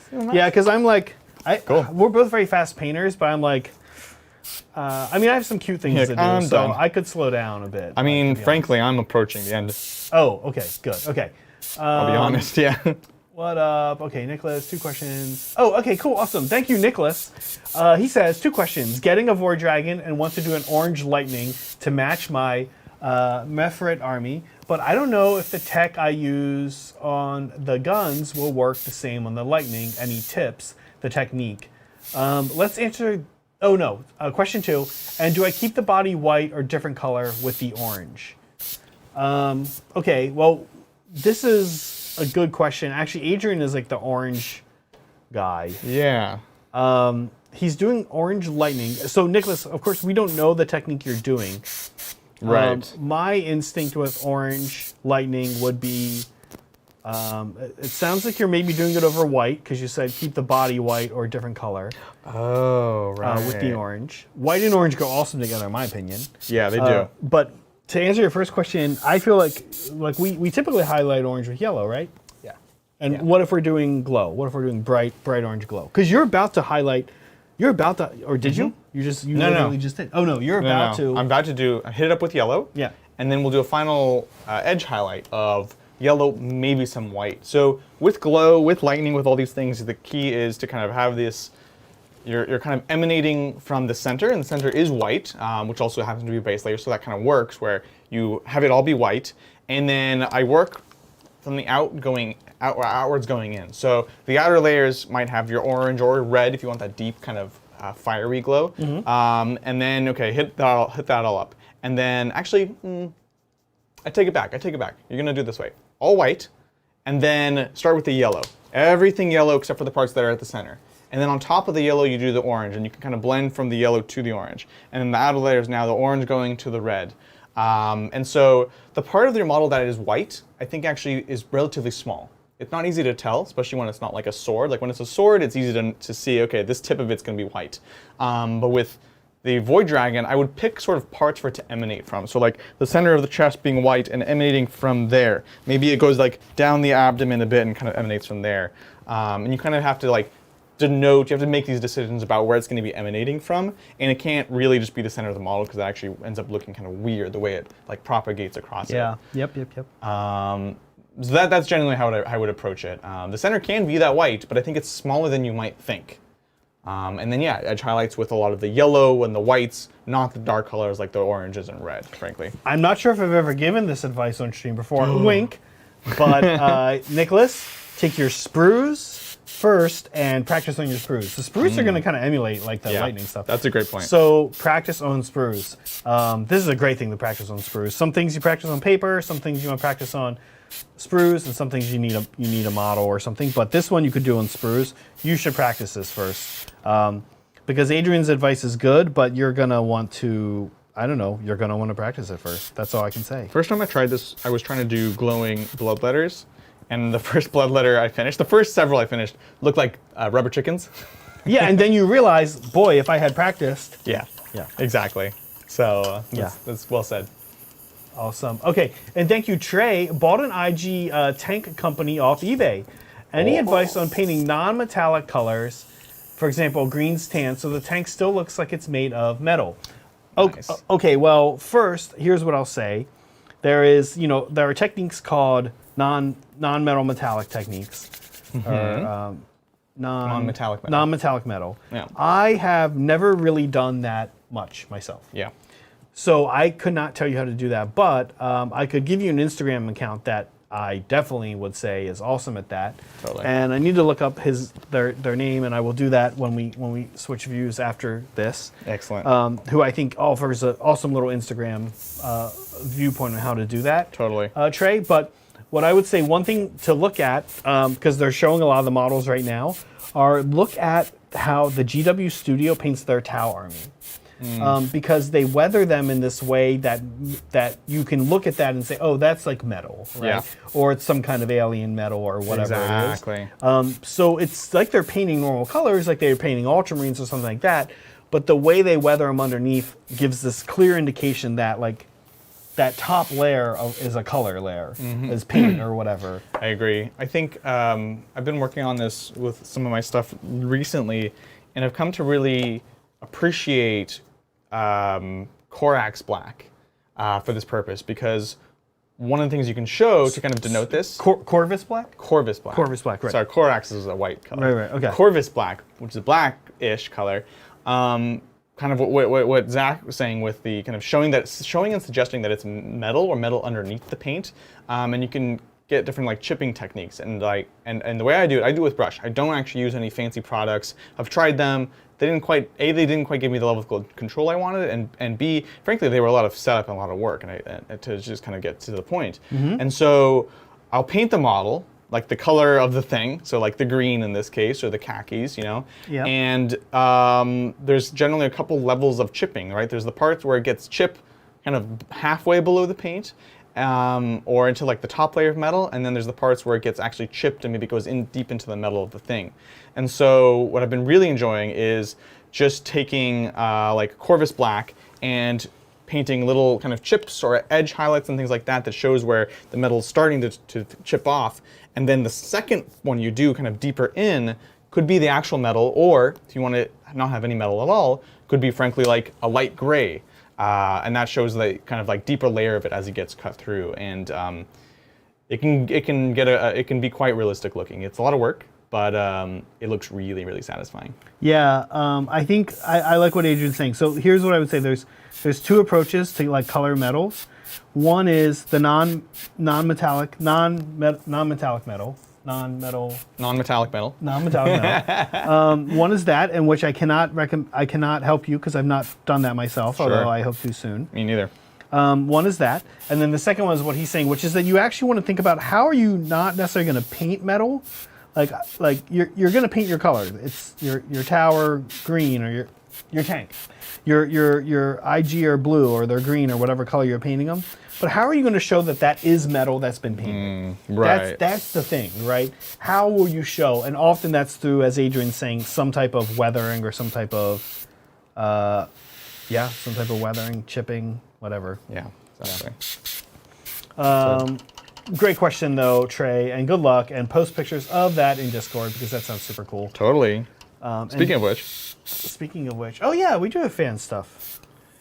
Fan stuff. Let's do some fan stuff. Heck yeah. Oh, real quick, Nicholas says, the tech I use for guns, keep the energy glow fairly uniform so that emanating idea is cool. Thanks a bunch. Awesome. Oh, good. No yeah, problem. good luck. And also post that in Discord. Okay, some fan stuff to get through here. Let's have a look because there's some pretty cool stuff this week. Legal ET, he's been working on these Custodes. And I really like the look. The cape is really cool. Yeah. Man, I struggled with what picture of his to put up here today because they were all good. This one showed, I felt like the most. He had like an awesome one of just the cape on the back. Totally. So we get the color of it though, which is nice. Yeah. Nice regal purple, always a good color. I like the purple, blue, and gold together. Yes. I wouldn't have picked it. I would have picked Red's Power Stories, but I like this. I think I like this better than Red. I know for a fact though, for myself, when I did this, I would have done Red. I would have done like Red. Well, I like that it's a cool color, which contrasts nicely with that warm gold, but it's also a cool color that's distinctly different, kind of opposite from that purple, right? And so each of these elements is unique and distinct from each other, but works really well together. Yep. I also like the base, by the way. I do like the base, yeah. Very nice job, Legal ET, and thanks for putting your name in there. Super cool piece of terrain. Ooh. I actually want to encourage anyone that is in Titan's Discord to go check out this this in the terrain section of the Discord because, again, there's multiple pictures of this. This one is the one that shows what the product is, but in the Discord, they've taken pictures that really make you feel like you're there. And they're incredible. And looking at this made me lament. This will be super cool for Necromunda or even Kill Team, but it did make me lament some of the current 40k terrain rules and how like you're not that incentivized from like deploying some intercessors up top there. Yeah, right. Because it looks so cool, and it really is what makes like. It's one of the things that really got me into 40k. I make a lot of terrain. Yes. And one of the things that I like about terrain is it makes me feel like I'm in the world. Exactly. And this piece made me feel like I was in the world with his close-up pictures. So if you are in our Discord, go look at these because they're incredible. And the paint job is amazing, but I'm just honestly talking about the way that they structured it and built this thing. It looks amazing. Amazing storytelling, too. Yeah. I absolutely love it. Quick shout-out to Trey. Yes, I see this. I have experience with NMM, so that's non-metallic metal, but I don't like doing it over large flat panels. I think Adrian's advice is what I'm looking for. Thank you. Awesome. So glad we could be of help. Yeah. And best of luck. That's right. Carry on. No, yes, and just please, once again, Trey, post pics. Post pics. Post pics. Yeah. Super cool. This piece of terrain, great. Yeah. Oh my gosh, it's so dark, and our screen is dark too. What? This looks really cool, and again, lots of pics of this army in the Discord. I kind of had to pick one. Oh my gosh. We need to fix our screen. We complain about this all the time. People probably think we're like, we do a lot here at the studio. I think we have tried to fix this. We don't roll up at the last second. Yeah. The color is correct, but it's still darker. Yeah. I'm gonna walk over real quick to the computer monitor and just confirm what this was. Yeah, oh yeah, it's Night Lords. It is Night Lords, and he's got them pretty dark, but he's done hand painted the lightning and stuff. That's so cool. Yeah, they're super cool. So narrative. Oh Yeah, my gosh. it's a really cool Night Lords army, and it's a good army because it's dark, and everybody's heard me complain about how I'm not the biggest fan of dark painted armies. Right. So this is. But this sticks out. High praise. Yeah. I love it. And again, another case of amazing storytelling, lovely photography. So Yep. love seeing that. Yeah, really nice. It's very like Inquisitor 28, so I'm digging it. Okay, we have a couple cool things here today. Also, As opposed to normal. yeah. Again, same thing. Very dark, but it's there. So sick. Yeah, it's really cool. Oh my gosh. What unit is this? Do you know? This is a Terminator Like I said, chaplain. I'm bad at Space Marines. You are, yeah, if you can't recognize that one. Pretty bad at Space Marines, Well, guys. to be fair, I don't think we had this exact model. This was the store opening one, I believe. And it was sort of the reimagining of a classic. I really love the silver here because it's shiny, but it's not overly like clean. We're talking about when we use Null oil, and I talked about using it just on silver. This is the kind of level of shine that I really like on it. Absolutely gorgeous. Yeah, this guy looks great. Sorry, I don't know my Space Marines, everybody. Artorius Carter, shout out, also putting his IG or their IG handle on it. It's always appreciated. If you do want to have your names known, definitely put your name or your handle, whatever you'd like to share, on the image. Because Zach doesn't really know how computers work. He just grabs the pictures and doesn't know what the names are. Hold on. I don't know how PCs work. What? Oh, if this was a Mac, you would like have the names ready. What? Wait. Say this again. Why do I? You just heard the insult. Yeah. If it was a Mac, it'd be easier to figure this out. I just stick with your guns. I like it. Don't explain it any more than that. Yeah, this looks great. Grimdark, but like I don't know, grimdark without being like relying too much on weathering. And It's bright, but also grimdark. yeah, that's what the Night Lords you're were. totally right. I think that's hard to pull off. Both two of these. It really is. 2 peeps in a row on that. Fantastic. Oh, I don't know. I just thought this looked like super tight. This was a 3D print. Ooh. And I don't know, looks incredible. I would love to play a game of Sigmar with this thing right in the middle of the board. So sick. I think this is the city of Turok, which I've been eyeing up. So thank you for showing us in person. This thing is massive too. Look, it's on this table. It's big. I like it a lot. I'm into it. I'm a big fan. I don't know what it is, but I do like it. It's gorgeous. And I do want my Beastclaw Raiders to smash into it. I do want Kragnos to destroy it. I do want the person who made this to make a Rebel version of it. Wow, hurtful. For my Kragnos. Yeah. In case we ever get a game in. It does look like the kind of civilized place that he would want to destroy. That he would want to do his angry bellows and smash. Yeah. This person also has the correct color of shingles, which is blue. Like, to me, like the perfect fantasy village or town has blue shingles. Stormwind has lots of different colors, but blue is like the classic one. Okay, guys. Moving on. Why is that? I don't know. Is it from like a game or something that you? So Stormwind is the sort of human city in World of Warcraft. And they actually, I believe their shingles are actually depending on each, like, what's the word? Like quarter inside of the city. But, so I like that as a sort of delineator. Like, if you notice, actually, my buildings have they have like a blue section as well. I don't know, it just feels very classic to me. Yeah, Will is saying Warcraft 3. Maybe that's also why I'm thinking as I realize that. Yeah. Okay, well, as you guys know, I don't play video games, but I think any color would be good. But you're right, the blue and the cream is like a good mix. Yeah, exactly. For whatever reason, I like yellow shingles as well. Yellow shingles are good. An unassembled yet painted knight, my man or whoever this is. Oh, because this is how you crank out a good knight. I know we all want to assemble our giant knight and be like, cool, he's assembled, now I can paint him. But look at this, look what you can do. And then like you go and you paint on the metal, a whole nother color. Yeah. Oh my God, I'm excited to see the color of the metal. Anything's gonna look good. Oh my God. Of course, because it's purple, I kind of am like, ooh, is it gonna be bronze or gold? That'd be kind of cool. But silver will look cool too. No, there's bronze. The trim is bronze. Oh, the trim is bronze, okay. Yeah. So it's purple with the bronze. And then the big panels actually looks like cherry blossoms. falling. Yes. Or leaves. Yes, I did see that earlier. Gorgeous. Yeah, it looks very cool. Y'all are talented. Yeah, that's very cool. And that's sub-assemblies, man. Got to sub-assemble. It's the right way. We're not all strong enough to do it, but if you have the patience for it, no doubt it gives the best results. Sub-assemble.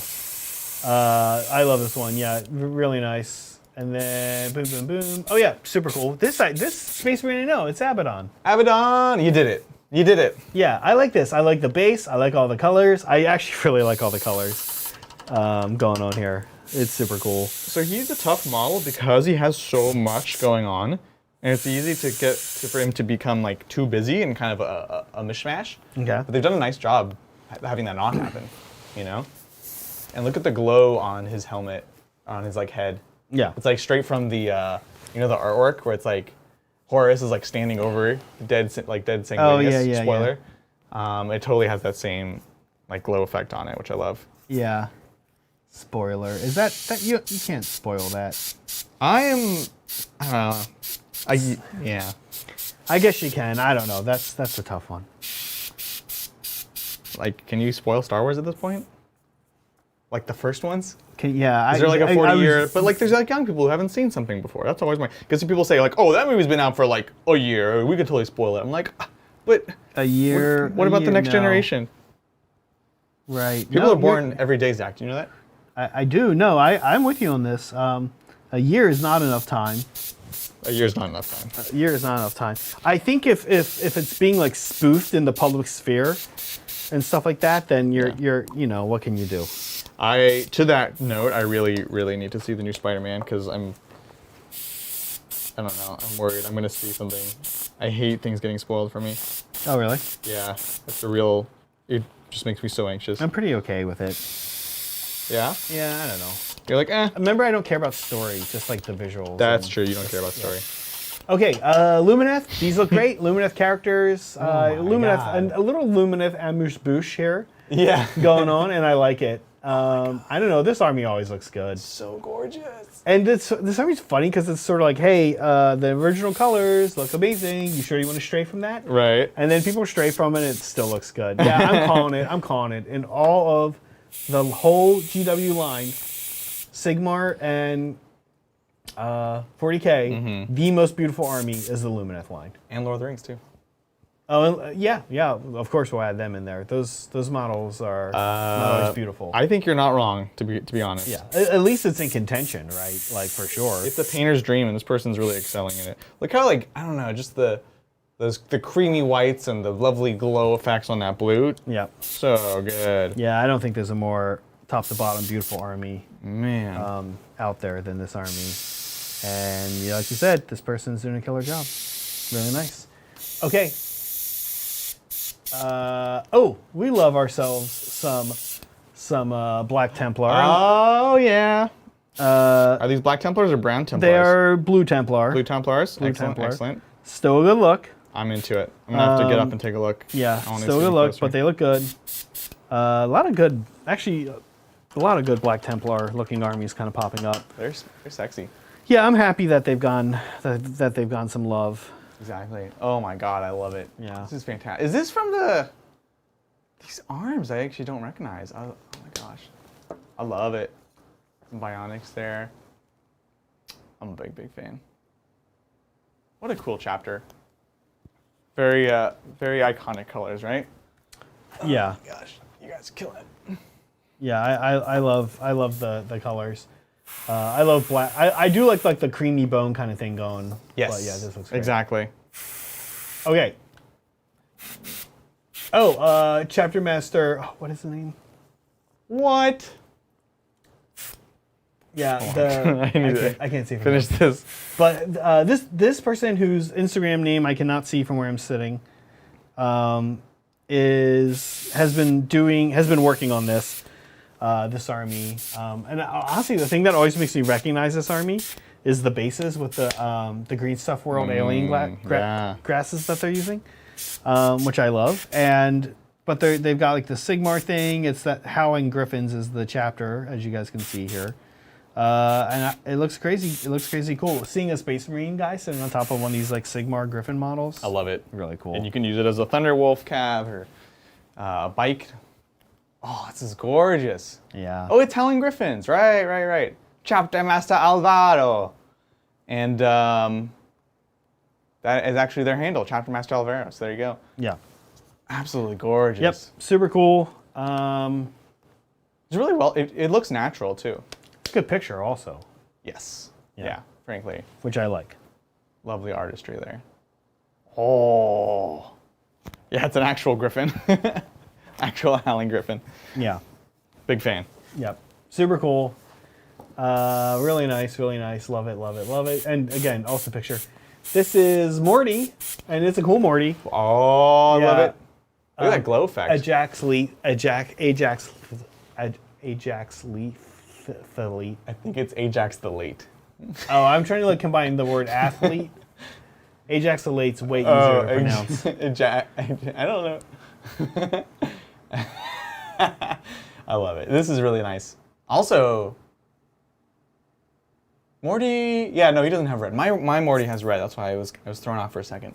I really like the red robes on this model. I think it's very striking. One of the things I actually don't personally love about the heavy metal paint scheme is it's so much green. It's like, how about green on green on green with a bit of purple? So I'm actually a big fan of these red robes. I think they give a nice contrast. Yeah. Yeah, that's a cool model.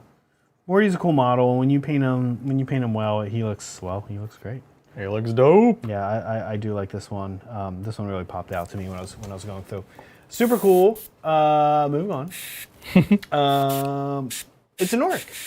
It's by an orc. Carcanos. Oh, what up, Carcanos? Oh my god. Oh, we have to show this to Bridger. Why? He's got a Custodes. Custodes He's all Custodes. Yeah, I know. Oh my god. Man after my own heart. It's an orc, and it's a conversion, and it's dunking on Bridger. Absolutely love it. Oh my gosh. Once again, Yeah. I just need to stand up for this whole thing because I want to see them closer. Yeah, it's really cool. Oh, he's in Custodes armor. Yeah. At a distance, I was like, oh, it's like Meganob It's armor. just the axe too is Custodes, right? Yeah. Yeah. That's fantastic. Oh my gosh, Carcanos, if you're here, do they have a name? Do they have like a punny name? A punny name. Yeah, that's the final test. That's like the final orc litmus test. Yeah. Orcstodes alert. Orcstodes. Oh, yeah. Looks very good. Oh no. Oh no. Wait. Did we run out of friendship? Wait, hold on. Why did it skip the first one again? No, hitting stop. Now we gotta go backwards. Okay, we'll go backwards so we hit the Orcstodes. Soups cranks out like a half an army a week. I know, it's quite impressive, and always has his name on the picture. So. Yeah, and it looks great. And actually, he's got two pictures, this and the base, and a close-up of the base. And the base is super cool. You need to make some terrain next soups. Yeah, no kidding. That looks very cool. I love this model also. They're super cool. I love the very animations. elegant. Okay, cool. I'm a So big we fan. did it. Oh, okay. So you only skipped. Sorry, soups. Yeah. Hey, as always, thank you all for your amazing work in the community. Your inspiration to everyone, to other people watching, to us. It's always exciting to be able to share and see what everyone's working on. So. Yeah. Adrian, can I show what I'm up to real quick? You may. So I am now putting on, I do this thing on to kind of unify my Tau with my Kroot, where I make it look like, instead of like getting really nice fine lines on my crisis suits, I make it look like war paint, like they've painted on by hand. Oh, yeah. Now, you could make a case that I'm being lazy by doing that, because Some it's might easier. say that. So to not be as lazy, there's a couple steps involved to truly make it look like war paint. Because just making it be war paint would be lazy. So the first step when you want to do war paint is like, I take Drusily Violet and I basically put like you guys can see I have like an area there. And that's like the outline of the paint.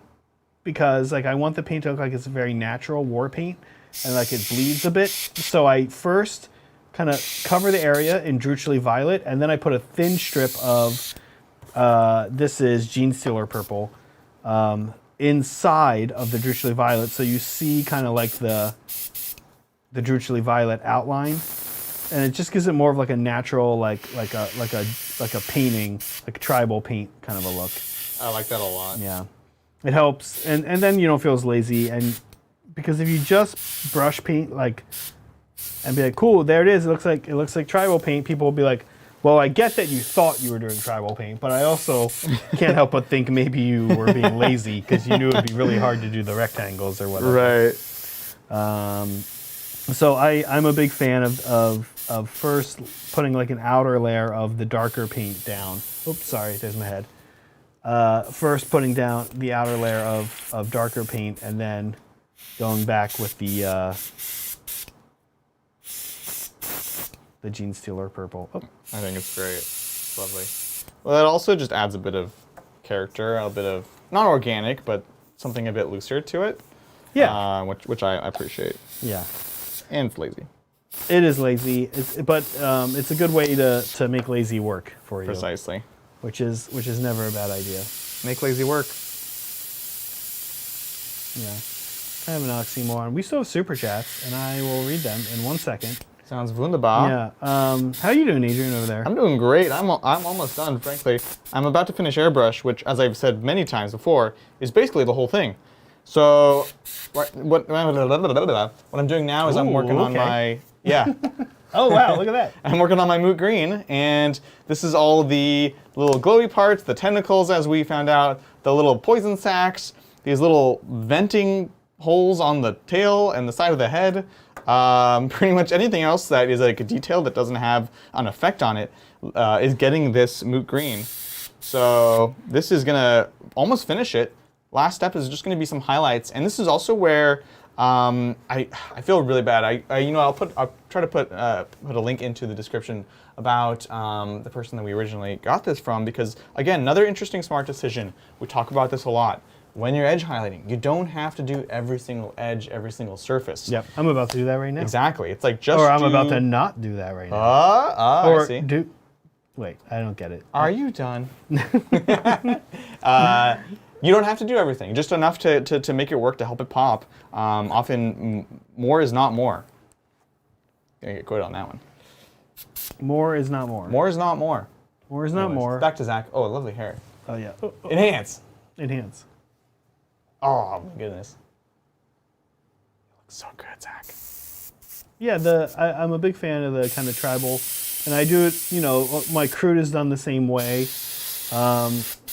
Something else I'll kind of show you guys I'm going to do right now is, I know something that weirds some people out, but I've got my nearby commander right here. Mm-hmm. I've gone ahead and layered up a little bit. Yeah. And I didn't. Oh no, I did do it on this person. Oh no, I didn't. Are you painting on your old model? Yeah, I'm gonna. What? I'm gonna up the war paint on them a little bit too. That's so weird. Yeah, why not? I mean, you kind of learn things as you go, and so I like the slightly brighter look on the war paint. So I've got it here. Why not? Didn't you also do this to the Ultramarines? The Ultramarines? Yeah, I remember there was a part where you're like, oh, this doesn't quite match. Oh, your head's in the way. This doesn't quite match Brian's model. And you're like, let me just fix that. And so you made Brian's one match the one that we painted. Oh, yeah. Oh, it was amazing. Look, when you've got a good idea. Yeah. Turns out you can change the past. You can change the past. Canonically, that's how Brian painted it. Yeah, I love that. I love that idea. We retconned his army to match our. We retconned what Brian did. Yeah. I don't know what you're talking about. Yeah. Alrighty. Okay, let's see. Hi. Questions? We do have questions. Thank you, Ty. Hi, Titans. Thoughts on Rogue Trader era terrain? Any old school stuff you'd like to see make a comeback? Also, more Zach 40K games once Tau drops? You bet your butt. Yeah, that one seems like maybe a yes, but let's talk about Rogue Trader.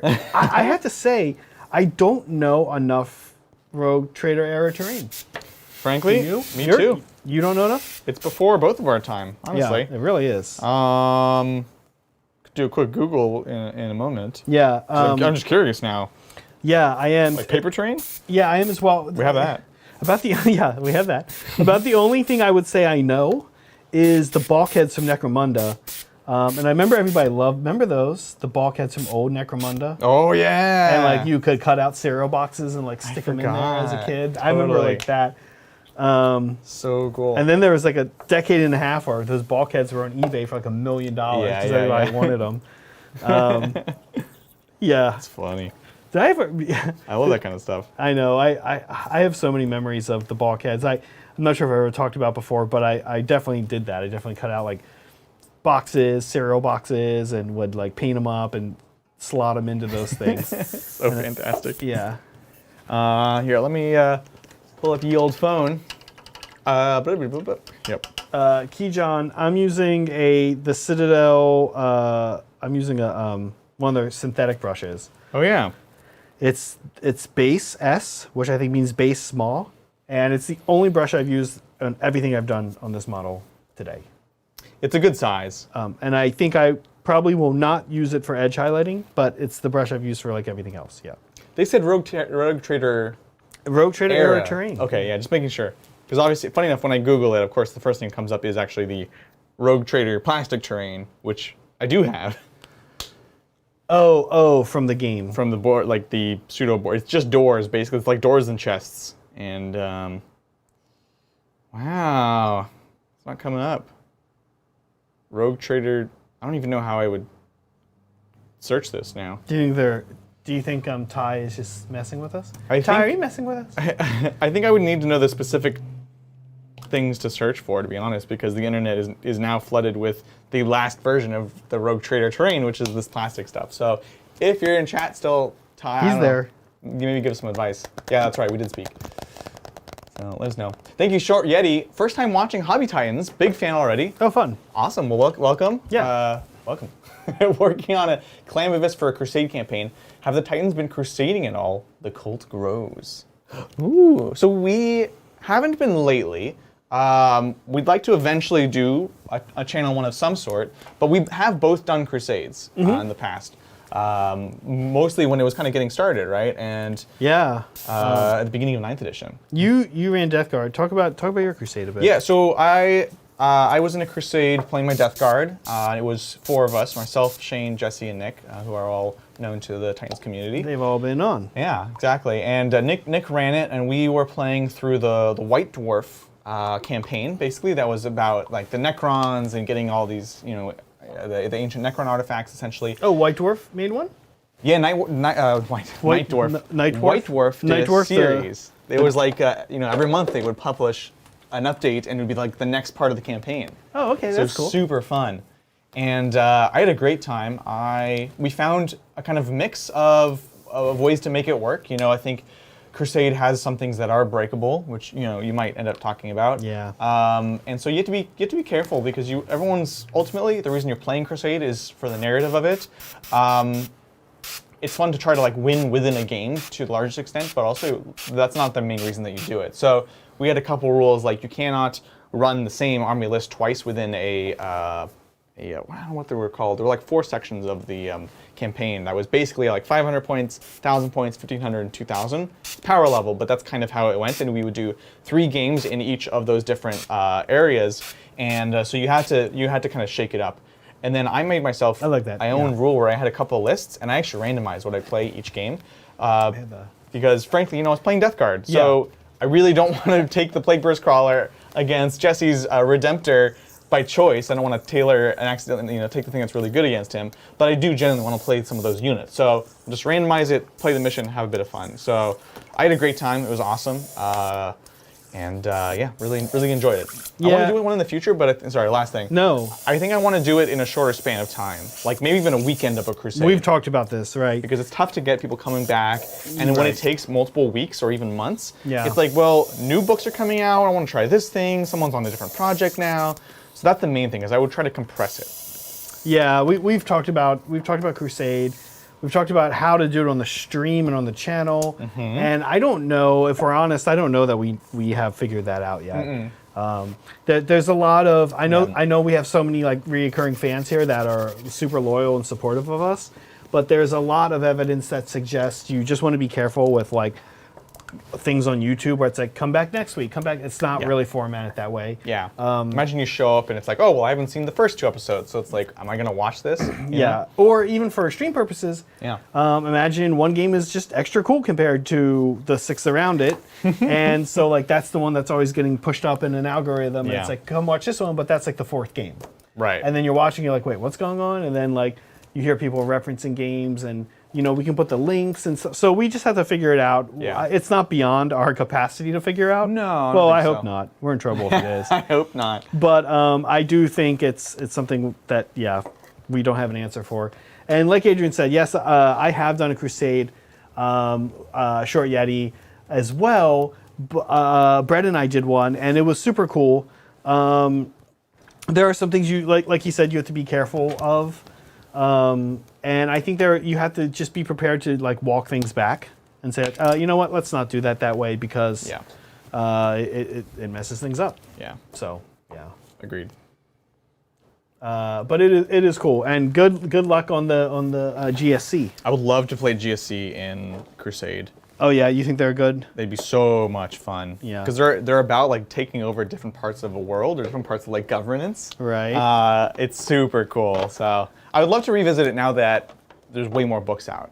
Because frankly, at the time, like, were Space Marines even out? Space Marines because they came out in their book. Death Guard had it, which is why I played them. Nick was playing Necrons because they had it. And then she was also playing Space Marines. That's right. We all had books, but kind of because of that, 2 of us were playing Space Marines because everyone wants to play with the new Crusade rules. So it'd be cool to come back to it. Yeah. Thank you, Blake. Hi. Hey-o. Signed up for the Imperium magazine to start 2nd Marine Army in Necrons. Nice. What chapter should I pick? Have black and yellow Marines. Okay. Necron colors?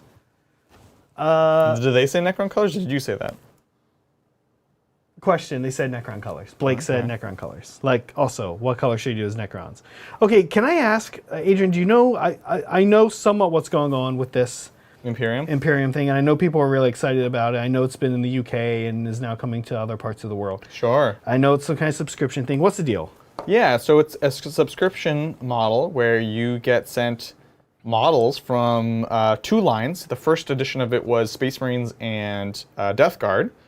So you don't get to pick what comes with it, but it's a pretty good value. That's essentially what it is. So it's like a good way of periodically just getting models to grow 2 armies. And so the weird thing is it is 2 armies that are often very different. But if it works, then I think it's actually a pretty fantastic deal. The only other question is, of course, sometimes it's like, you don't get to pick what you get, right? The new one is, I think, AdMech and I guess Space Marines again, which would make sense. No, I think it's Necrons and Space Marines. Is it? I think that's why Blake is asking about like what colors should he paint Is it really? Yeah. I think I did see that it is. I think it is I could have Necrons. sworn it was AdMech. I mean, it would make sense since they're asking. What's it called again? Imperium magazine. I hope it wouldn't be AdMech. I would want them to give factions that are supposed to be fighting each other. I know. So like you can pawn an army off on your friend or whatever, right? This is from August. Imperium magazine. And then I think, so the new one is going to come to the US, I believe, is also the idea. Necrons and Space Marines. Okay, so yeah, I was totally wrong about AdMech. Okay, cool. So let's start with the Space Marines, yeah? Yeah, what color should they do? They have black/yellow Marines. Mm-hmm. I say Ultramarines. I love me some Ultramarines. It's funny you should say that. I was going to say something similar. Ultramarines? I would say Ultramarine kind of colors, but do your own chapter. Oh yeah, that's cool. And you can play them as whatever you want. Yeah. So like a blue Marine chapter, maybe? Yeah. Could be successors of Guilliman. Okay. So that's the Space Marines. The Necrons, basically now we're considering, I think we also want to pick something that is kind of unique compared to what he also has there too, right? So not blue Necrons. Mm-hmm. Which now they say it. I know, right? Yeah, oh my gosh, I have a hard time picking colors for people, like color schemes. So personal, right? What's that? It's so personal. It is, yeah. Blake, get the thing Kat and I were talking about last week, the Pocket Palette app. Pocket palette. And try some stuff for the Necrons. But I actually like Adrian's point. Now, we know Blake has other armies, and we know Blake plays Star Wars, so we know this won't be his first army. But I just sort of like the idea, and I kind of did this with my Aeronautica, where I kind of intentionally tried to make them each different. And because Aeronautica is a little bit more of a board game, that way when I'm playing with people who aren't miniatures people, they're like, oh, I want to be the red one. Yeah. You know what I mean? And it feels like a little bit more like a board game. But I sort of like that for like these like, you know, this is an army you're just kind of getting. Maybe you are passionate about Necrons, and so you were like, this is one of the reasons I'm getting it. But I don't think that that's the case. I could be wrong. Yeah. And so you're kind of just like getting these armies. So I do sort of like Adrian's thought process of like, well, let me paint the Necrons a different color. So like when these two armies play, or like when I lend one of these armies to somebody who's, I'm always kind of thinking like, how do I want to get like my non-40K friend, but that plays board games and stuff like that? Like, how do I want them to like get drawn in? I'm kind of like, well, wouldn't it be cool if the Necrons were like red and the Space Marines were like blue? That'd be so sick. know, without being like totally just red. Necrons. Yeah, you're not gonna be like cartoon about it. Like, yeah. I don't know. I agree. I think it's a good plan. To that point, I would say then do red. You know, I will also say one thing I love about Necrons is they can be an army that's very easy and fast to paint. And to me, if I was getting these box sets, I don't know how quickly you get them, but that'd be my biggest concern. Is I wouldn't want them to sort of pile up into just like now there's this onslaught of models that are arriving. I haven't even finished the last ones, so it's 2 armies that you're painting. So I'd be interested in like. Making them sort of accessible. So to this point, I would love to see like the Necrons that are like, they have metals, like maybe their main thing is metal, like a silver or gold or bronze, but then they have all these like red highlights and paints. Bronze and red would be so dope. Bronze and red would be sick. Yeah. I think GW is onto something with giving away, like not giving away, but like getting you into the game with one army. Yeah. Because I think when they're really going to make money is when somebody starts buying a second army and starts adding to their first army and then starts playing Sigmar. You know what I mean? Like, and I can attest to that. It was manageable before. We all can, right? So, like, I think that's really kind of that's almost, I feel like the golden ticket for them is to be like, well, what would happen if we kind of just sent you a Necron army? Right. Like, how much do you like that Necron army? Because we're not going to send you a Doomstalker. You want to go out and buy a Doomstalker? Yeah. You can. And then also, you want to, you want to play a different army? Like, oh, you played against that army. It was pretty cool, right? You know what I mean? Like, I kind of like this idea. It's nefarious. I love it. It is, but I think also, like, hey, you don't have to buy a second army. No, you can stop anytime. You can stop whenever you want. Yeah, guys, you can stop anytime. I like it. I don't know if it's kind of how they're thinking or not, but I'm into it. Oh, I bet it totally is. Yeah. I mean, of course it's to a degree calculated, right? But naturally, I'm kind of curious to what degree it's calculated. Totally. Sorry, I need to make sure my head's on the way. Yeah, get out of there. Okay, so as you guys can see, I'm doing the selected edge highlighting. That we like around here. It's actually, honestly, there are painting trends that come and go, people. Yes. This is one of them. This is one of them. And we all may hate the way this looks. But it used to be like the on-trend way. Like, everything was just edge highlighted out the wazoo. Right. I was still dry brushing at the time. Right. But I do love selective edge highlighting. Yeah. No. It's a great tool. It's a great tool. Anytime it's like, cool, it's looks better and it's easier. Exactly. I'm selective edge highlighting as well. Just taking this Typhon Ash. Actually, this one, it is Typhon Ash. Cool. It's in that family of they're all the same color. And I'm just hitting up the armor plates just a little bit, taking most of the paint off my brush, but still hitting it up with the bit, and just giving them a bit of an edge highlight. You know what? It's not easier. It's just less. It's literally just less work. Or it's less stuff. That's the difference, right? I shouldn't say it's easier. It's easier because it's just less. I love it. Whoop. This guy is... I strongly considered subassembling this guy. Mm-hmm. I kind of have regrets. That you didn't subassemble him? Yeah. No. Well, you know what happened? Is we had our practice day for LVO like a week or two ago, and these things had finally arrived, and I was like still kind of panicking about OVO, being like, "Oh, Crusher Stampede is so scary, so scary," and then I was like, "Okay, I'm gonna build them, and then I was like, "Oh, John, if I bring Crusher Stampede, will you play it against me?" Oh, I thought you were like doing like a thing where you just want to know thy enemy, and it was like, if I build the Crusher Stampede, I will become it. I will become it. Well, it was sort of like it was like kind of both, and I'm like pretending like, oh yeah, I want to like be prepared against it, but like also, if I can't beat it, I'll be like, well, now I have Crusher Stampede. And so I built them, that night so that we could play with the models the next day, which is the classic kind of conundrum for sub-assemblies, right? Is, well, if I sub-assembly, then I can't be playing this model right away. And now I'm paying the price. Yeah, I agree. I don't like that, but you're right. Sometimes it has to happen. Yeah. I'll try to do like halfways. So like my Mortarion, for example, I played him without wings for like a month, at just with friends and stuff like that. Right. Because that was the main sub-assembly in that one. And it was like still playable, but I could kind of get the best of both worlds. So sometimes you can do that. Yeah. Two guys just hanging out, edge highlighting.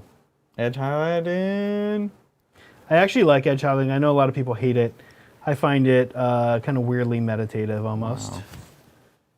You say that until you've done it on like a whole Sisters of Battle. Well, I will say the worst edge highlighting I ever did, where I really got fed up with it and panel washing, was when I did my whole Tau Aeronautica fleet in like a week. Oh yeah. Because I just, I had been paying. I've always been paying. I've been paying Tau forever, but never that much. And then like it's really just a full model that you have shrunken down. Yeah. All the lines are still there. All the lines are actually really still smaller. there on the. Yeah, I cannot. They are. That sounds horrible. Yep. I want to get some of the orc ones for the exact opposite reason. Why is that? They're just like, they seem like they'll be fun and easy to paint, to be honest. And I don't do any edge highlighting on my orcs. I'm super excited for Necron. Oh yeah. Yeah. Dude, Brian like messaged us that, what was it, yesterday? He's like, hey, is someone doing the Necrons? Because we need the Necrons. I know. Yeah, I'm excited. Very excited for that pickup. And it's cool. They have, it's a little too much. They have, not where I want paint. Okay. They sorry. Okay one more time. Oh, they only have a couple units, which I like. It's actually 3. They just have 3 planes. The Night Scythe. That's like less than normal. It is a little less than normal. No, I guess it isn't, actually. Okay. But it's 2 kits anyway, so it's like 2 kits that make 3 planes. Right. And I'm into it. Yeah, I'm super into the limited line release. I like that idea. I don't know. I'm very excited for the Necrons, and they look crazy rules wise. They look like they're just fun. Oh yeah. Yeah. They have like weird stuff. They're What do they do? well, yes, they're very expensive, so you're gonna have very few. They look like they're like the most elite faction to date, and they're like as maneuverable as the Eldar, and they have 3 structure, so they're a little tougher. Their weapons look pretty good. I think if I remember, there's some kind of Tesla component going on. I can't remember exactly. Yeah. Tesla. Yeah, they look cool. I'm into it. Do we have any blood for the blood god? What we have? Minter white, skull white. No. Well, we do have that. You need He's blood. obsessed. You want blood. I want blood effects. Yeah. So what we have is the Minotaur Ghost Tint blood, which does the same thing. Cool, I'm down. Look, other than I need to do the base color, I'm pretty much there. Oh, cool. Yeah. Speaking of which, let's see what chat thinks. Chat, let us know, or let me know. Can you tell what color this base is? Is there a Citadel color? What happened to the glam cam? It died. Oh no. Maybe the cable? Is it the cable? Oh. It might be something going on with the cable. That's weird. Everything looks fine. Maybe I think you might have pulled it a little bit. You silly. All right, let's see. Glam cam. Hiya! Hiya! Oh. Why did that happen? I have no idea. It's kind of Was weird. it turned on or did power off or something? Yeah, no, it's all on. Everything's there. It's very strange. Anyways, know. I don't know what color this Do you want to is. here put it in my area? And Kind of like poopy. Oh, I think that looks like here. Do a zoom. Let's see. Do a zoom. It's black. Happy to help. I feel like it might be Skaven Blight Dinge, which we don't have. Okay. Here, let me. Anything close? Sorry, chat. I'll leave it here for chat. It's like there's probably a Reaper, but basically what you're looking for is like a grayish, is like a brownish. It's a gray. brown gray. It's like a warm gray. Yeah. Which I feel like is like, my instinct is like Skaven Blight Dinge, like I said. Right. That's funny because I did the base of the Lictor. But now you don't remember? I might have just used some gray and dirtied it up, which isn't out of the question. Anyways, do we have any more questions to take? I think we caught up. We got caught up. Oh, we did it. Awesome. Cool, We cool, did cool. it, yeah. Excellent. I'm going to look for this paint. Oh my gosh, I don't even know what time it is. Time for you to move your hair. Oh gosh, I'm so bad at this. It's okay. All right. 808. Look at us. Cool. I'm doing a little bit of edge highlighting around the back of this guy. Mm-hmm. Let's see. Wood stain brown. Wood stain brown. Maybe Minotaur not. hide. Muddy brown. Ooh, edge highlighting. So relaxing. All right, I'm gonna start off with just a gray. I want to get something down there. I don't like that it's just pure black. So we're gonna get a first shot into it, basically. So this is stone gray. Sounds promising. How's chat doing? What are you guys working on tonight? I saw a bit of discussion at the beginning. All right, let's see.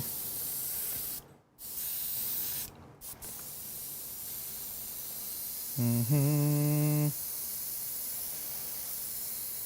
Feet edge highlighting. I love edge highlighting Crisis Suit feet.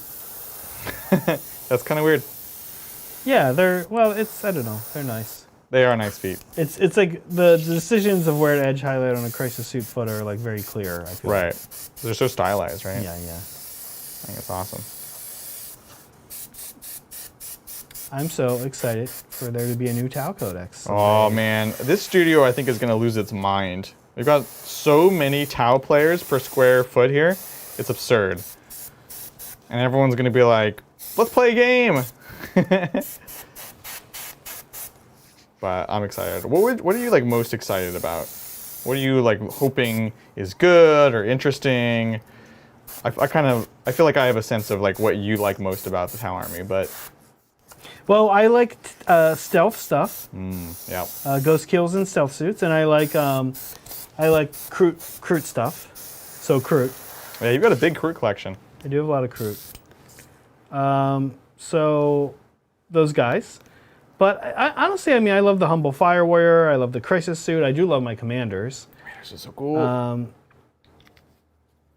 So I mean, gosh, I honestly can't say because like I like playing. I honestly I hope the Codex is just good without making everybody who's not a Tau player mad, Yeah. because that always makes people extra mad. Lots of people get mad when a Codex comes out and it's too good, like Drukhari. But when it's Tau, for some reason, people are even angrier than They're usual. just gonna be mad no matter what. Yeah, so I hope people aren't too mad. You know, I mostly play with you guys and have a narrative group, and mostly I play with a bunch of great people, and I know how to tone down a list, and if it's too much at like a more narrative friendly event. But you know, it's just not fun to have your army be the one that everybody's has a sour taste about. It's a bad feeling. I don't like it. Yeah, I don't love it. Yeah. So I don't want that to happen. So I hope it's like, in my ideal world, it's like almost every option is good, or at least interesting. Yeah. If not showing up at the top tables or like in the meta, whatever. Totally. I still like the idea of like, cool, you bring that and it surprises somebody with what it can do, or that's kind of like the zone I like when codexes are in there. Like, yes, they're going to have some obvious picks. And cool, we're going to take those obvious picks a lot. But every now and then, this unit's going to show up, you know? I would love Vespid to be that too. I like, oh, cool, yeah. Vespid or we're taking or whatever. Totally. Yeah, very excited.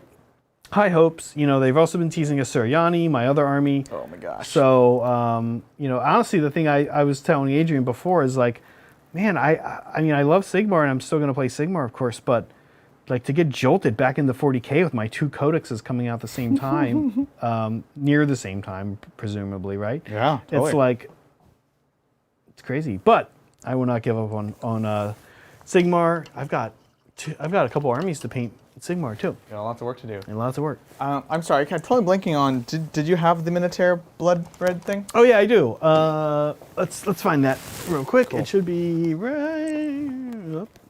So I'm gonna do some blood splatter, baby, and then we're gonna glue this head on. It's ready to go. I've got some ticky tack still on it. Where is this actually? Oh, here it is. Yeah. So this is Minotaur. These are called ghost tints, folks at home, and lots of people use them. Kat and I were talking about the strategy of using these to tint. Oh, oops, forgot to highlight an area. Kat and I were talking about the strategy of using these to paint something a metallic like silver, and then color it. If you don't want to use like Turbodoric or something like that, if you don't want to use just a naturally colored paint to get like a look of like a blue steel or like a blue metal or a red metal or whatever. But you can also use the red one, which is called Fresh Blood, to get a blood look. I'm into it. That's what I use on my Beast Claw Raiders. So this is the way that I do blood splatter. We'll see if it works on this because it's obviously more runny because it's a tint. And so I'm gonna get a bunch, frankly, onto my brush. It's not like a super nice brush. And then I'm gonna take my airbrush and I'm gonna hold it right up to it and I'm just gonna shoot it. And it's gonna create this lovely blood splatter look. And it looks like it's still working nicely. So that's nice. And that's cool. Some people use toothbrushes for that as well. Exactly. I like this chaos method. I just can't recreate it by hand.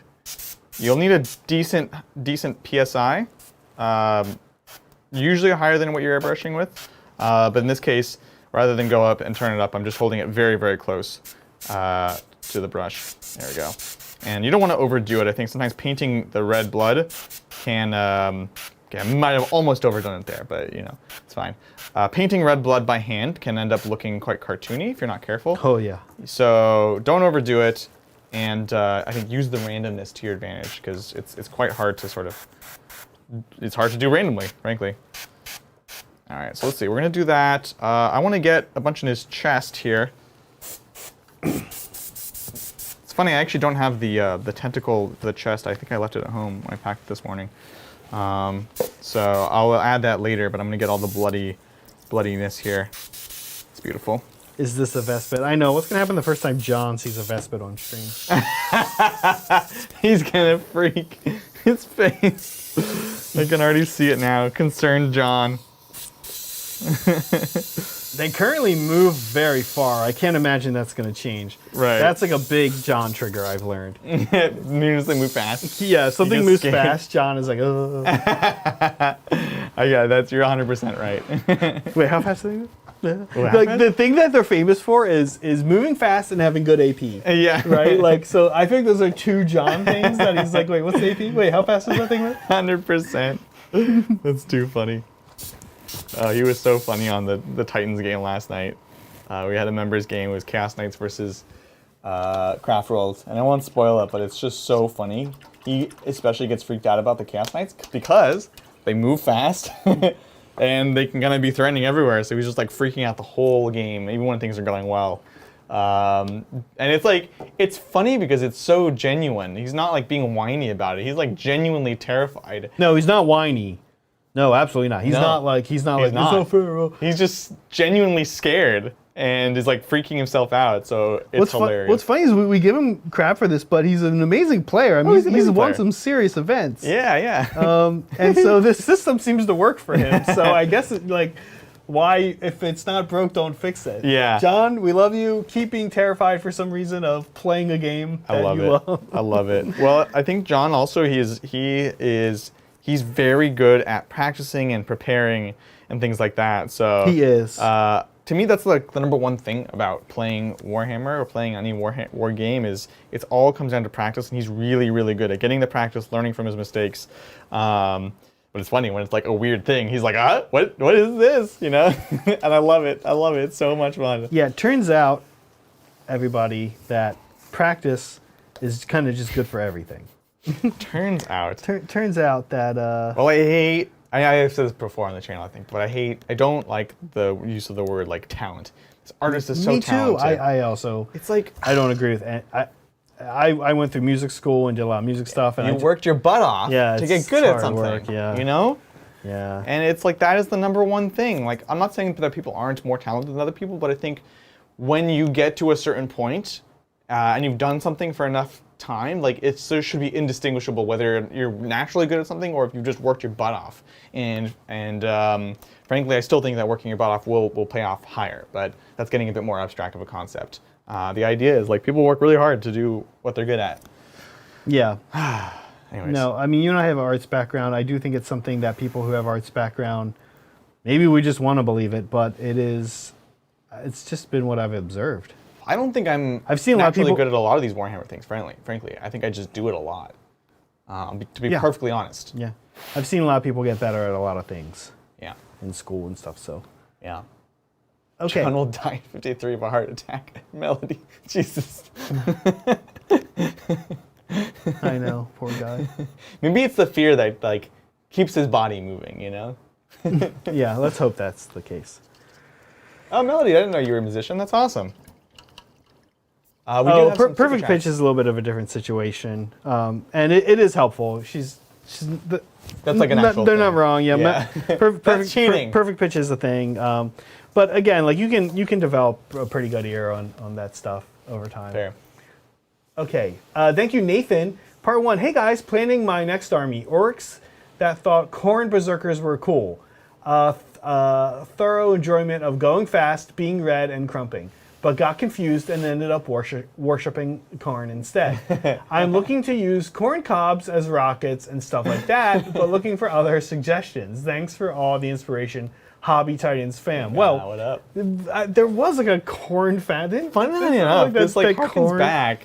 Someone had, it wasn't an orc army, so I like this take, but someone was working on like tractors for a Khorne army. They were using all of those, like, I forget what the brand is, Earl or something like that. All of those like old, like all of these old, like tractor toys and farm toys. Tonka trucks?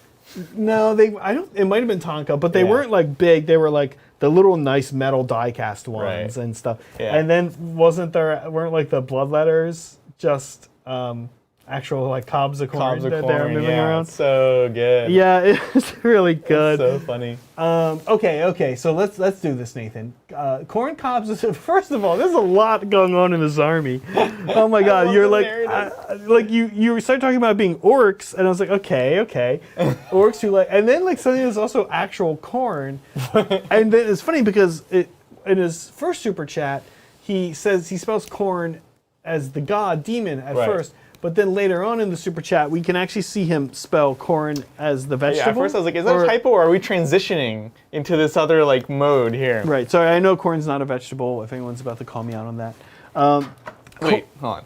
It's not a vegetable? Corn is not a vegetable. What is it? It's a grain. It's a grain? Yeah. It's a carb. Really? Yeah. Really? Yeah. Yeah, it's not a vegetable. Like, wow. Yeah, it's a grain.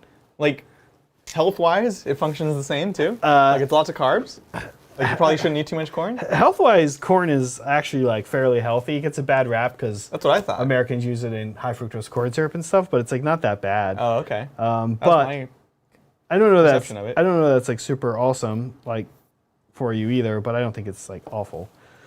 Anyway, My mind's blown. corn is not a vegetable. What a Matthew Nurgle. People at home. Anyways, regardless. Things we learn. Yeah. Regardless. So corn-themed orcs. So the orcs are not made of corn. They're not corn, but so they like corn things. What I was saying is that it got like carried away, right? Like it started off with this just the orc thing, and then it became I like it. I would love to see Gorkanauts and Morkanauts that are like harvesters. And like maybe their belly is like filled with corn. It's like spilling out. I know you want to do red, but so I would look at like red tractors, red farming equipment. Honestly, I wouldn't be adverse to putting a straw hat. Or people love putting weird hats on their orcs. They're obsessed, So I wouldn't be adverse to putting a straw hat or an overall if you could pull it off, kind of a thing. Yep. On this orc, the glue. Yeah. Just brandishing it menacingly. I glued this crisis suit to the base. I pre-made my base before the stream. Nice. I actually kind of had one. I'm going to be honest with you guys. Sometimes I just have base days where I just make bases for my armies. It's kind of fun. Nice, like meditative. Yeah. So I had one going already. And I guess honestly I would look into American farming equipment. Actually, Melody, you're right. Well, all grains are like a type of fruit, right? But it is a grain. Yo, is he being silly, or is he like actually does he have a point about corn not being a thing? Is it like, oh well, tomato's not actually a whatever? No, Melody's saying that corn is a fruit. Oh, am I being silly? Yeah. Oh no, it is. No, I don't think Melody's being silly. No, it is not a vegetable. Like, yeah, thank you, Pat. Corn is not it's not biologically or nutritionally a vegetable. That's kind of my question. Yeah. Exactly. I don't know if this glue is actually. I like just glued this and oh no, it works. Yeah. Mine just could be sitting there. Also, I know we're getting off track real quick, but I could not. Yeah, we're getting off track from the conversation about corn. About corn, yeah.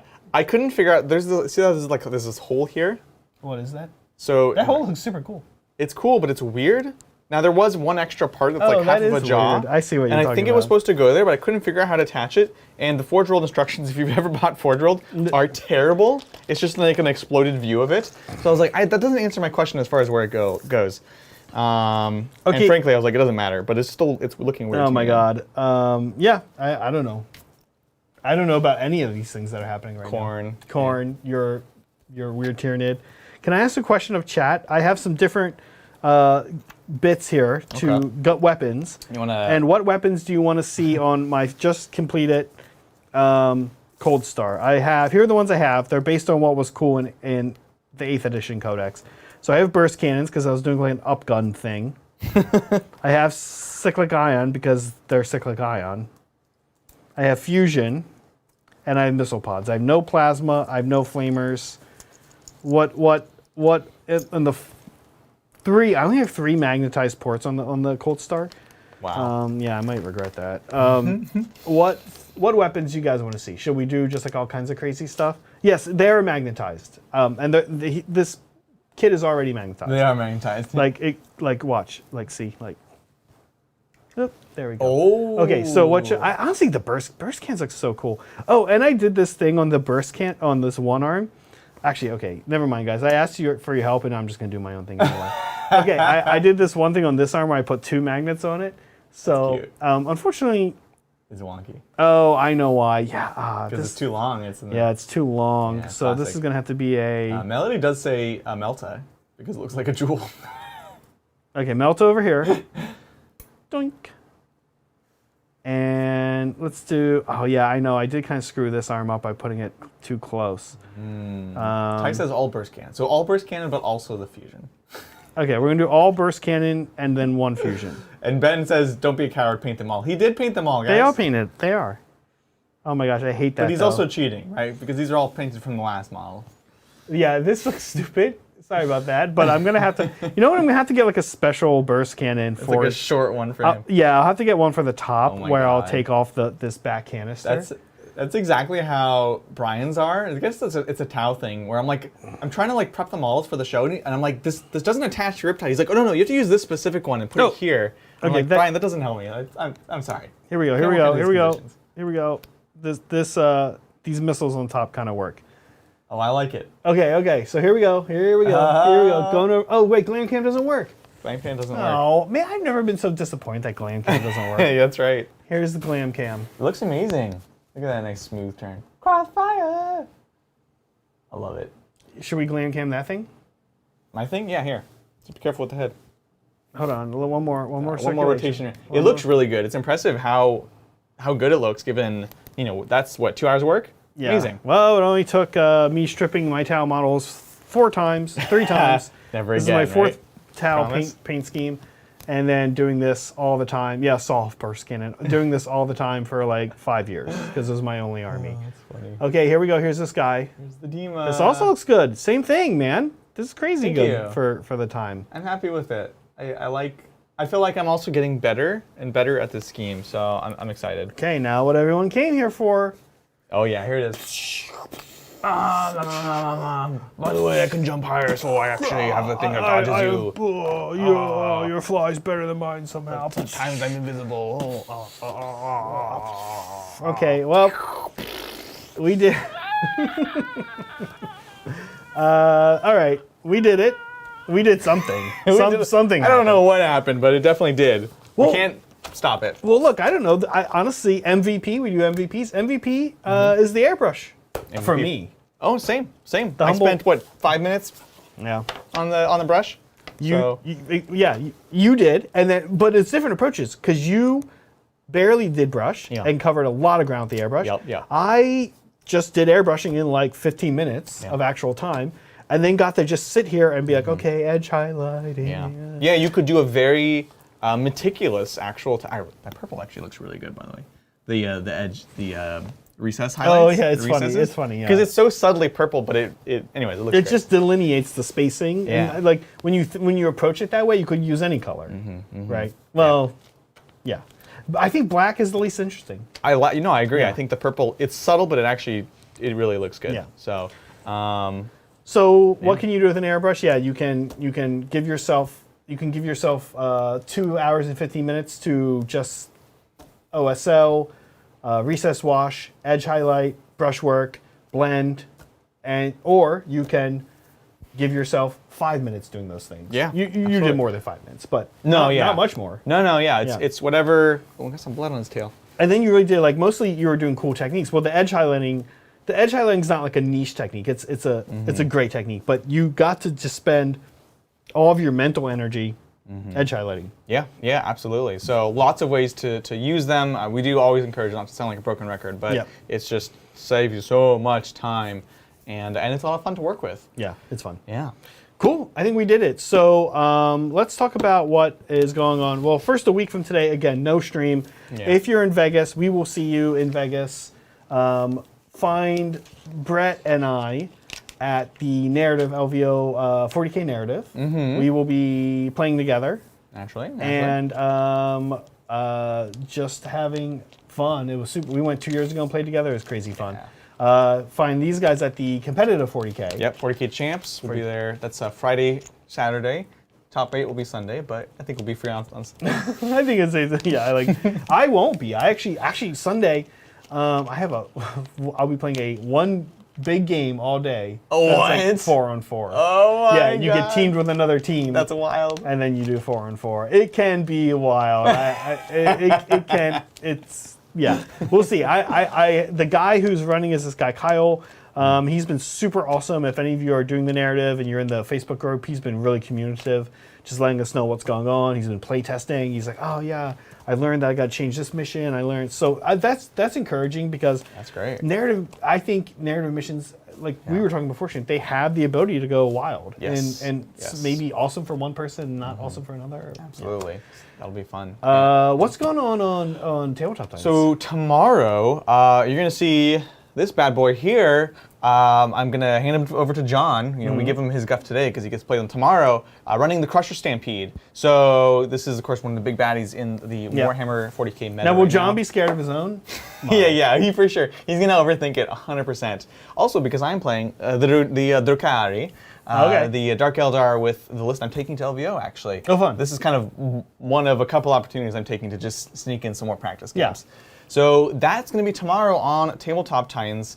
And Saturday we'll be back with another game with Bridger and I. I believe it's Necrons and Death Guard, playing a couple classic armies. Necrons versus Death Guard? Yeah. Oh, and I'm producing that game. Yeah. Oh, I'm so excited. I think I've been asking for that match. You haven't. I always. Well, and the other one. Oh, Necrons versus Necrons? You want to be like, guys, I think today's the day we should do Necrons versus Necrons. Like, nobody wants to see Necrons versus Necrons. Oh, chat's about to prove you wrong, I think. Everyone wants to see Necrons versus Necrons. Nah. They're the perfect faction to go up against each other, right? Like against themselves? Or are you thinking the Death Guard? No, the Necrons and the Necrons. I agree. Necrons are good into Necrons, yeah. But also, Necrons versus Death Guard are very cool. I've often recommended having people like in Sigmar circles be like, hey, if I want to get into 40K, what's an army that's like not hard to paint and kind of fun and not too broken? I say like these two armies right now, I know, especially Death Guard, but Necrons too, I think you'll have fun games with these armies. Necrons are super fun and super easy. I painted mine in a weekend, you know, super fun. So highly, highly recommend that. Also, we have a video that just came out on Tuesday if you haven't seen it. We do have a video that just came out on Tuesday that this guy made.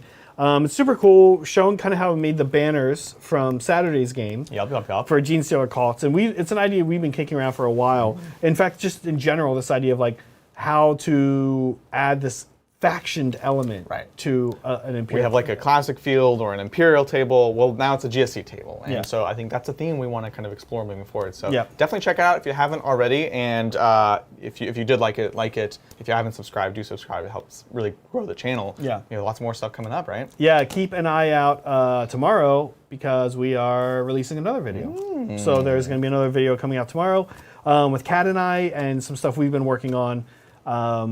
Aside from all of the stuff we've been doing here. So yeah, lots of stuff coming up. Cool. Adrian, anything else? I think that just about does it. When can we see Shining Faces on this beautiful stream next time? Oh, right. Not next week, but 2 weeks from today. I think Brett and I have some idea of what we're doing. It's Brett and it's me and classic. GW has been suggesting that tower on the horizon. Yeah. So I don't think I can stop you guys from doing more. It might be more Tau, but if it is, which I think it is, we're going to try to do some interesting things, something wacky, something a little different. Yeah. Cool. But do keep your eye out on the channel because we do have some stuff in the pipeline that we're excited about. Awesome. Anything else? I think that'll about do it, folks. As we like to say here, be kind to each other, be kind to yourself, and always be creating. See you guys. Top right.